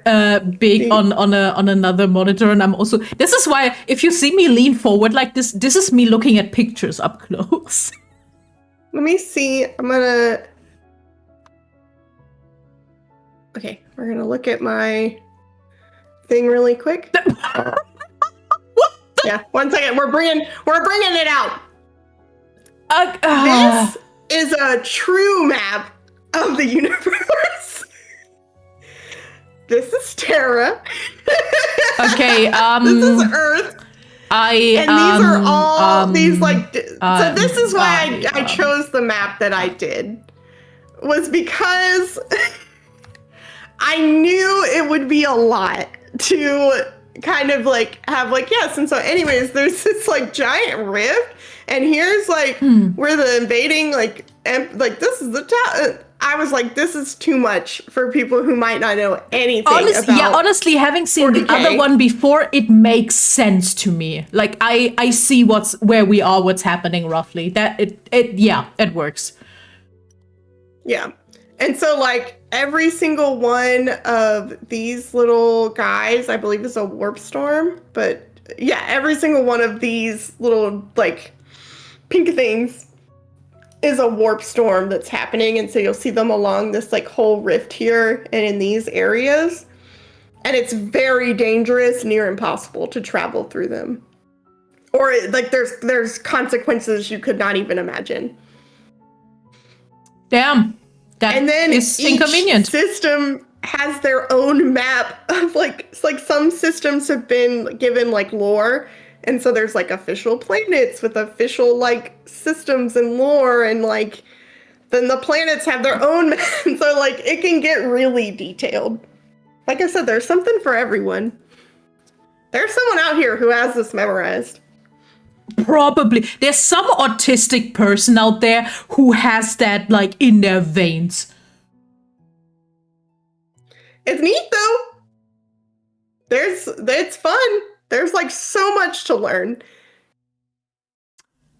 It is absolutely impressive. I'm impressed that it feels still somehow coherent.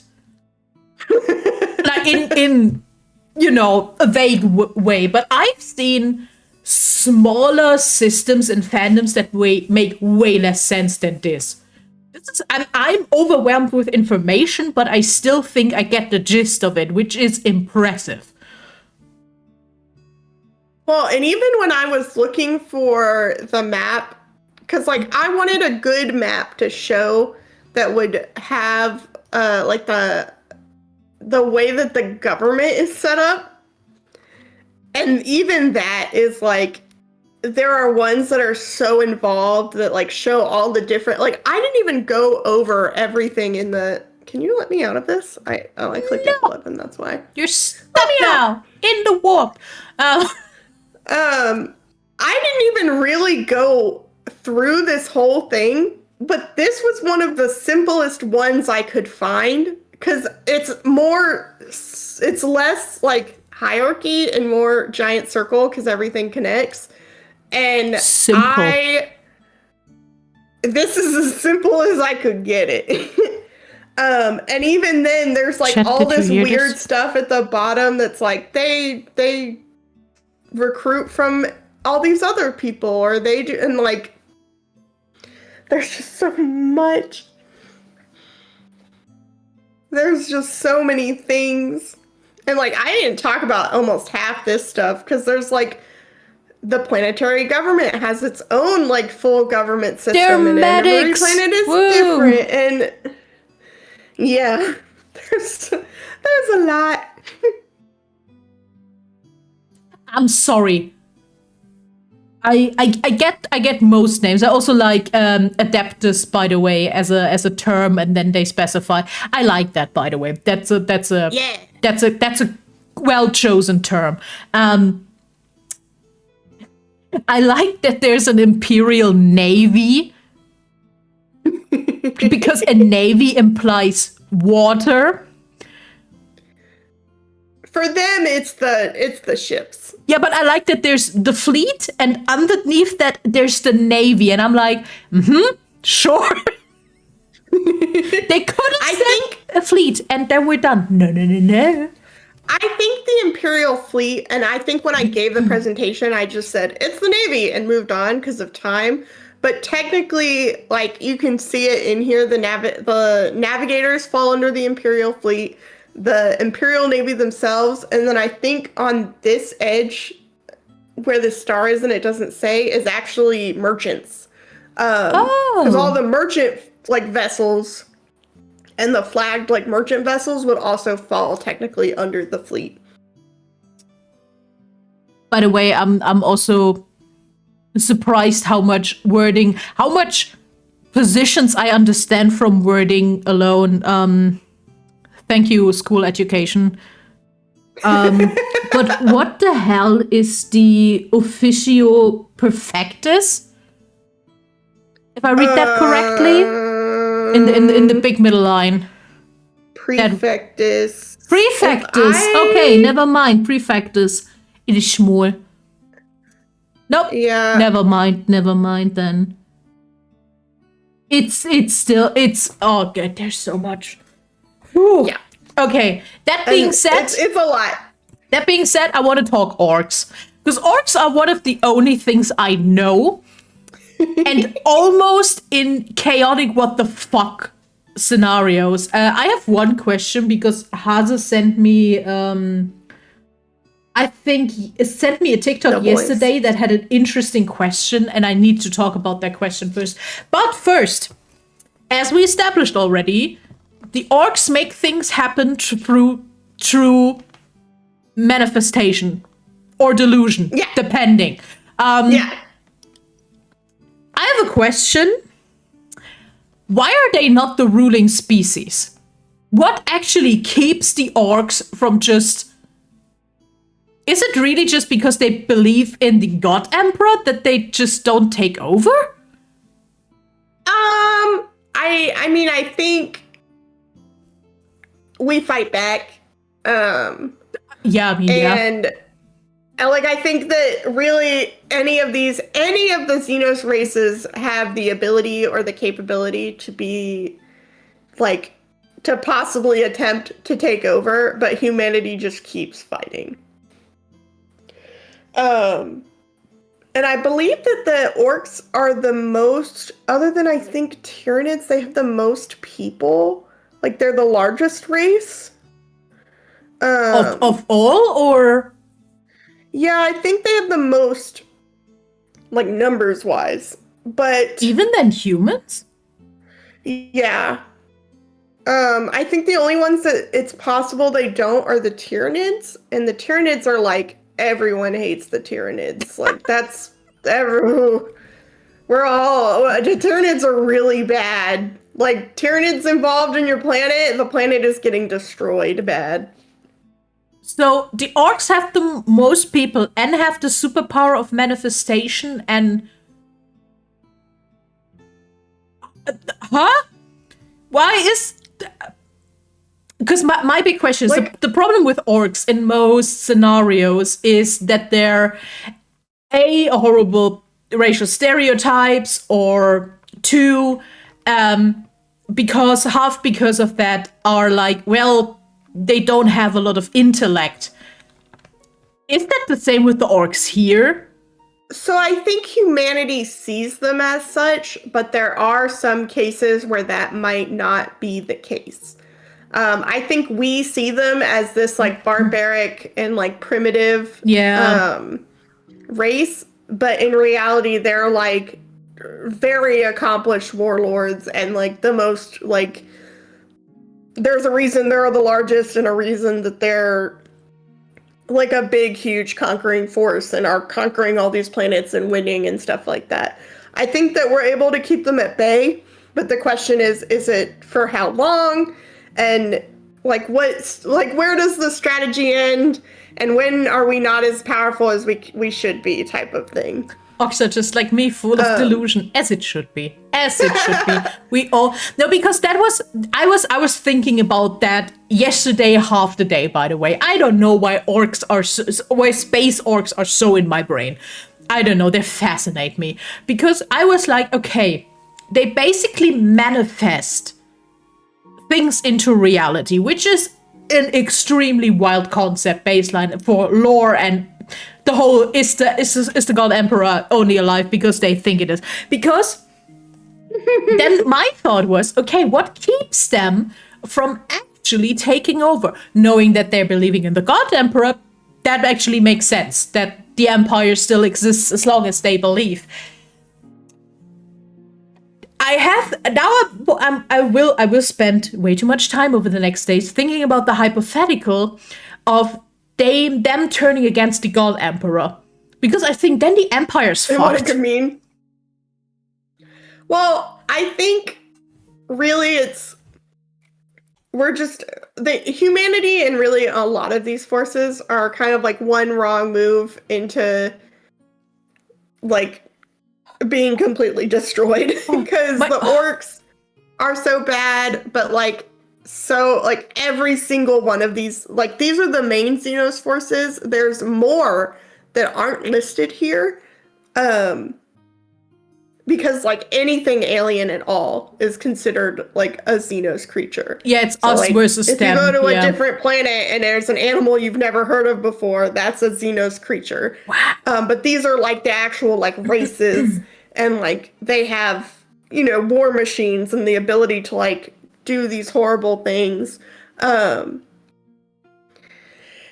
humanity is able to fight back because we got psychers and space marines and cool guns sometimes.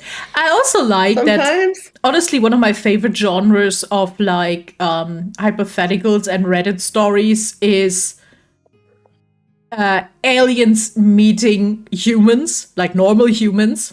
And they're always like, what the fuck is that? Because we shouldn't exist.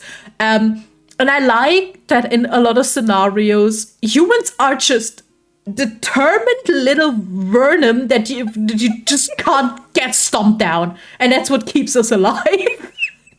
Yeah, and it really like that's kind of the vibe. It's lots of stories of we shouldn't win. There's no way we should be able to win, and then the humans do something like tactically or strategically, or someone sacrifices themselves. So it's like those type of stories where it's like. Mm-hmm. They put the grenade in just the right place because they learn that this is the weak spot. If you hear my cat crying, I'm so sorry. Hi, cat. He's screaming at the door. He realized I was in here talking not about him or the Space Marines. How dare you? How dare you? And so a lot of the stories are kind of like that, where it's like we shouldn't have like humans don't have an overwhelming power that works every time and kills. Like a lot of it is like we infiltrate and do this and we outsmart the enemy, and like yeah, we have the big swords and the big guns, but we still have to like use our brains to like figure it out type of stuff. Which is in its core peak human. Yeah. We want to survive. I know it's completely on purpose, but oh my god, humans could learn so much in this universe. But no! No! Yeah, Haze, I wanted to get to this. I have that on my list. I opened the TikTok to quote it. But yeah, that is a question. If orcs were to discover energy drinks, how long until the galaxy ends? So that's like the way that their power works is really like I'm like. So if they just believe they're invincible, then how do they never die? Like, why do they think? And so there has to be something that's like, well, of course we know we're not invincible. We've seen each other die. That like keeps that from happening. But it's just like that type of like power is so crazy to me because it's like, they're one wrong thought away from being indestructible. Exactly, and this is why they have me in a weird chokehold since I know about purple orcs. Because I'm like, Why? Why are you not the dominant race? Why are you not the ones who... They are one of the dominant races, I would say. Yeah, that and definitely. I wouldn't really even say humanity's the dominant race. No, humanity just likes to pretend. Yeah, like, it's possible the orcs are the most dominant race, or technically maybe the chaos gods are the most powerful force, or the Tyranids are there's so many different, like, no one is truly, I think, the best. Humanity just likes to think we're the best. Yeah, definitely. Are the chaos gods, or also just like powerful entities that someone dubbed god? I would say they're gods in the way that, like, they're an all-powerful being with unimaginable power, and like you could get really deep into it, like, well, what defines a god, or like something like that. Yeah. But it's like they're the god in the same way that, like, we said Zeus was a god, so Zeus is a god type of thing, because he had the power to be the god, and people worship them as gods, but they're really like powerful beings in the warp with a lot of power and enough of a force and army to be considered like a god in their own right. That makes sense. George, I hear you screaming at me, but I'm not letting you in. Damn. You're just out there. I'm silencing your free George. Your Space Marine thoughts. You're being silenced, George. Damn, you heard it here first. You like the Ultramarines. It's over. I'm sorry, the what? The Ultramarines are the blueberries. They're the, I want to just say, are those violet Space Marines? No, they're just the current, like, if the Space Marines are the face of Warhammer 40k, the blueberries or the Ultramarines right now are the face of the Space Marines. And it's partly because this guy down here, who I just call Robot, Gilly whatever, he has like an actual name. He is one of the Primarchs or the Emperor's sons, I think, and he came back, and now he's taken over as like the regent ruler in the Emperor's place, and he's who we said we could work with the Eldar, and it's fine now, and he's helping lead the humans. And this is this is 41k stuff, and I tried to like not get too much into it because it's a little like it's a lot. 41k sounds lame, not gonna lie. I get it. That no. But this is his chapter. It's the Ultramarines, so they're kind of like the face of the Marines right now. Oh, you can hear him screaming? Yeah, he's screaming a bit. Oh, I'll let him in. Yeah, let George speak. George. Hey, so I hear you're talking about the Ultramarines. Come in here, dork. Oh, Mira, since you weren't here, we also need your opinion on this. If the orcs were to discover energy drinks, how long would it take for the galaxy to end? He's a dork.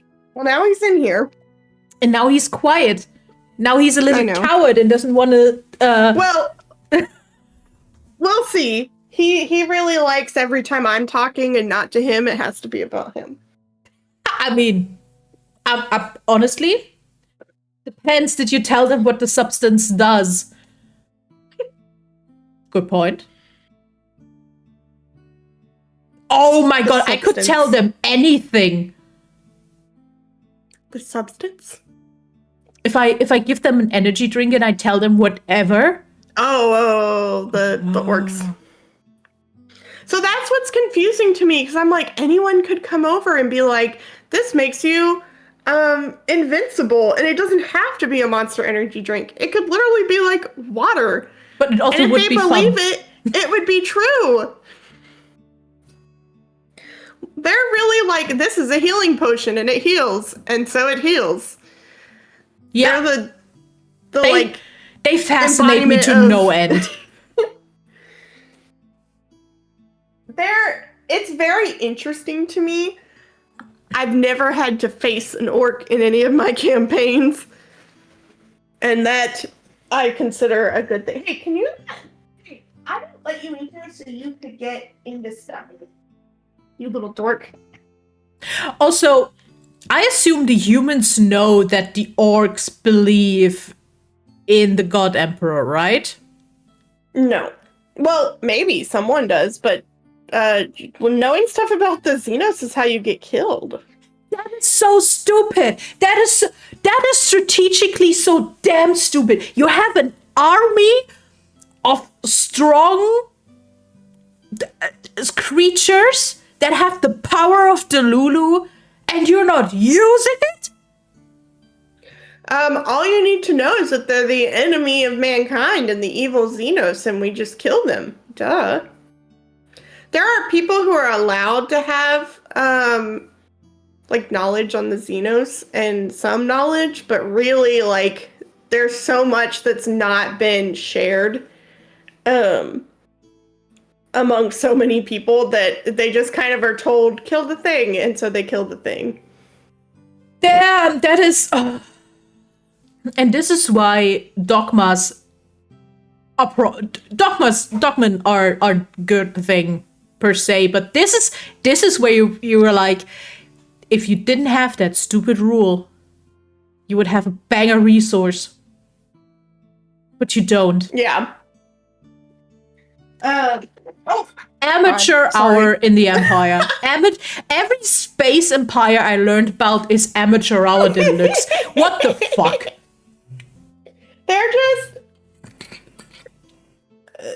Sorry, the cat is now in the room and now he's getting into everything because it has to be about him.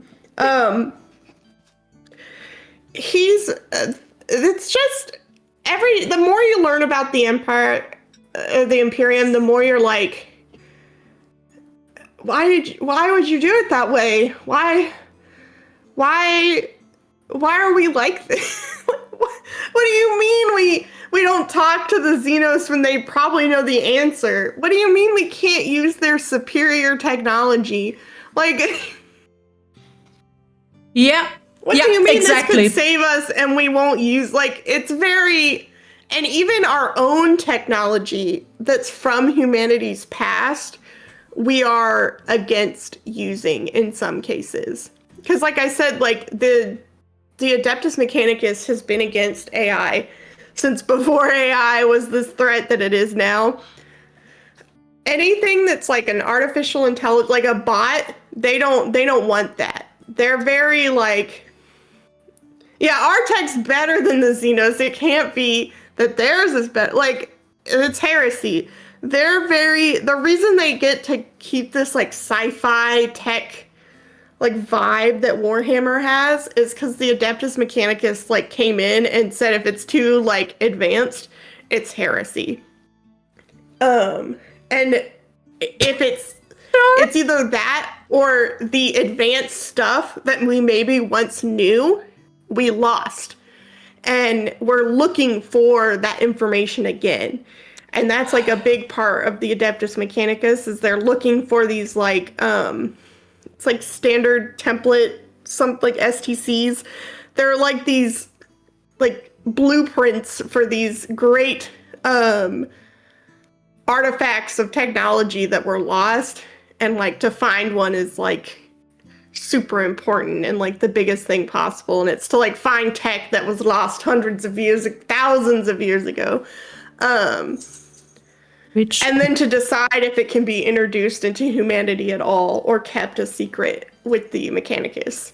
Which would have never happened if those guys had a decent admin system. If we were using an admin system. Have you guys never heard of the cloud? Have you guys never heard of writing things down and having like see? oh, we lost all that shit. Yeah, because no one filed it. Because no one wrote it down. No one has a register. This is the whole problem of the Empire, is shit paperwork. That's it. Yeah. AI became so bad that I'm they too were like, autistic we're for not this. doing that again. I hear that and I'm like, you can't be serious. This, I do not want to support that Empire. But oh my god. 3 tweaks and it would work. It's why it's funny, because, like, where's my... Can you see it on him? The tech priests are, like, so funny, because they believe that their flesh is, like, weak, right? Like, Sure. Like, the human body is weak, and they replace all their fleshy bits with all these, like, modifications, like you see in these Welcome photos. to Night City. Yeah, and so, you know, they've got all this stuff, and they believe that all the machines have what they call a machine spirit inside of it. And so if the machine is malfunctioning, it's because the machine spirit is not, like, we were using VTube Studio earlier, and it wasn't letting us load in my model, and that's just because the machine spirit was acting up. Yeah, that's definitely not AI or anything automated. It's just the machine spirit not working. And so the machine spirit was giving us trouble when we were using VTube Studio, and it's possible that we should have prayed to the machine spirits and done our rites of the machine and prayed to the Omnissiah, which is their version of the Emperor. And I didn't get into that either. The Adeptus Mechanicus have their own god that is the Emperor, but isn't. I like that the Ghost of the Machine is based on Gilbert Ryle's The Concept of the Mind, which is a philosophical construct of mind distinct from body, and that's where we get Ghost in the Machine and so on. That's kind of cool, honestly. Which, by the way, I think the concept of the mind is a thing from the 50s, so it was actually also rather a modern philosophical construct when Warhammer was created. So that's genuinely kind of cool. But you'll see, like, they're doing prayers and, like, lighting incense over the machines and praying to the spirits. This is how every IT person is trying to get their printer to behave. Honestly, I agree. That's how, like, sometimes I'm like, why is this not working? And, you know, I do turn it off and back on, which is the solution for everything. But sometimes you're like, there's no reason this should be happening. And so it must be the machine spirits. Also, the machine spirits either have favorite humans or are scared of humans. Prime example. I'm doing something and it isn't working. Then I'm like, Hase, can you help me? Because Hase works in IT. What happens is that Hase does the exact same thing I do. Yeah, and it works. Then it works. I hate that. That's like my least favorite thing ever. But yeah, that's just the machine spirits. Like, it's a good night. They only respond to certain. They only respond to certain people. It's 10:30. It's getting late. Oops, it happened. I don't know. I also like the weird concept of everything non-human is bad. Machines are okay, but just the old school ones. The machines are too smart. Don't update it. We have to keep the aesthetic alive. We can't chrome up here. It's gotta look cool. It's gotta have all the like wires and stuff. We gotta keep our sci-fi looks. We need that 2 steps over steampunk look, okay? With the gold and the brass. That's important. Keep it all the windows don't update. Yeah, they're on like Windows. They're on like Windows -10. And I have such a soft spot for the Mechanicus because they also are like they're very higher than thou about a lot of stuff because they think the layman is like doesn't know about how technology, like obviously they can't know how technology works, and they speak in like riddles, and they sometimes will have like they have their own language that's just like a binary like cant, and they're neat. I just really like them. I could have done my whole Hydrafixation on just the Adeptus Mechanicus. That would have been fucking funny, honestly. Welcome to Warhammer. I talk about my favorite little mechanical bastards. Here we go. They're my favorite little guys. They're cool.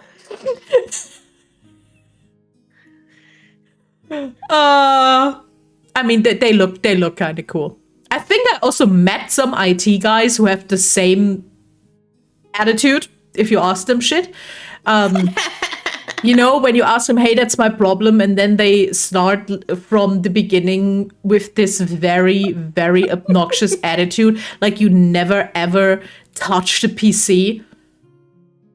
Yeah. But some people, that's a whole other rate. Customer service rate. There's a difference between I assume I start at the end because you are a customer, or I do it because I think you are the stupidest motherfucker I've ever seen. Yeah, I always, when I'm helping people with tech stuff, I'm like, hey, if you already know this part, please just tell me. I'm not explaining it to you like you're an idiot on purpose. It's just sometimes you're like talking to grandma who's like, yeah. What do you mean I have to plug it in? And you're like, well, needs power, grandma. Sometimes when I explain something to my colleagues, I have to start at the base. Sometimes I think I could do half of your colleagues' job with the knowledge I have now, which is none.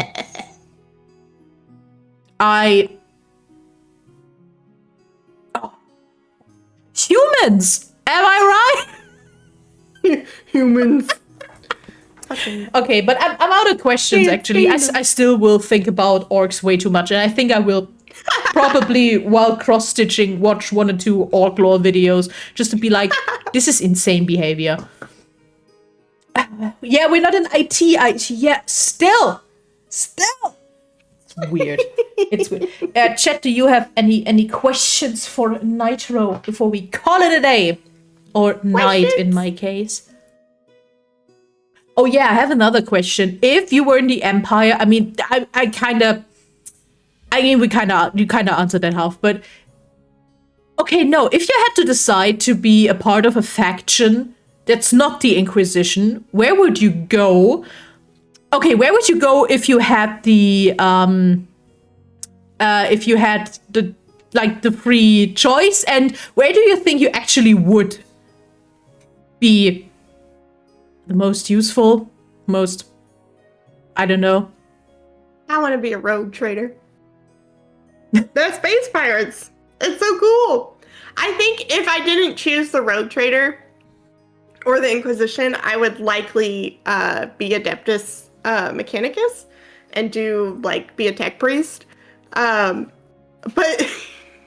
the way rogue traders work is like I could be a tech priest my whole life and then suddenly find out I've been related to a rogue trader, and when that rogue trader dies, I come into power as a rogue trader. I mean, both.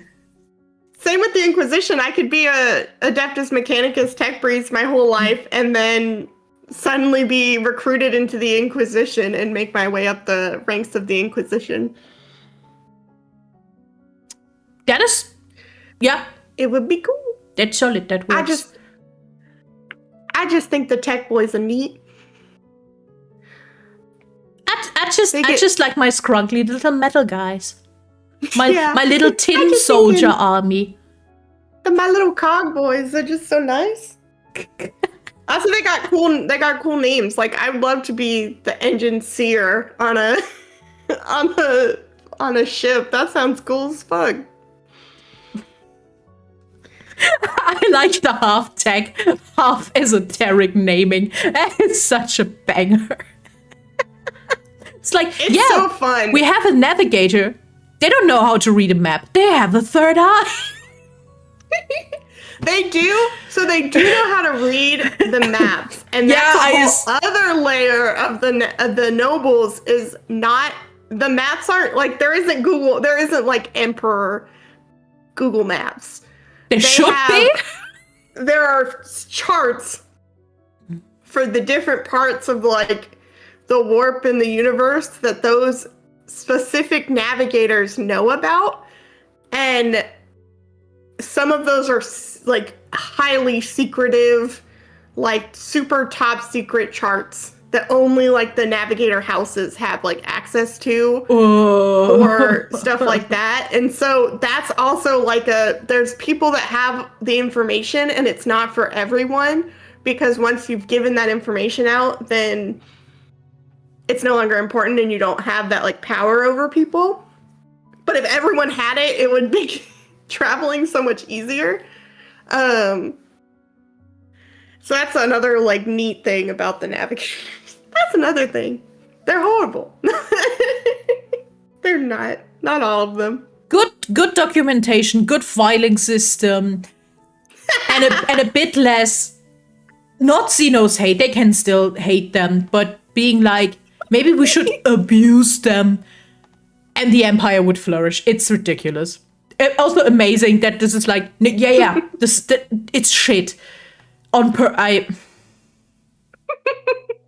It's like I said, it's a big metaphor for a lot of different things. It's religious dogma, the worst shit of Christianity, white colonization, fascism. You have everything in one in one golden package. It was horrible. Someone would clip that. It's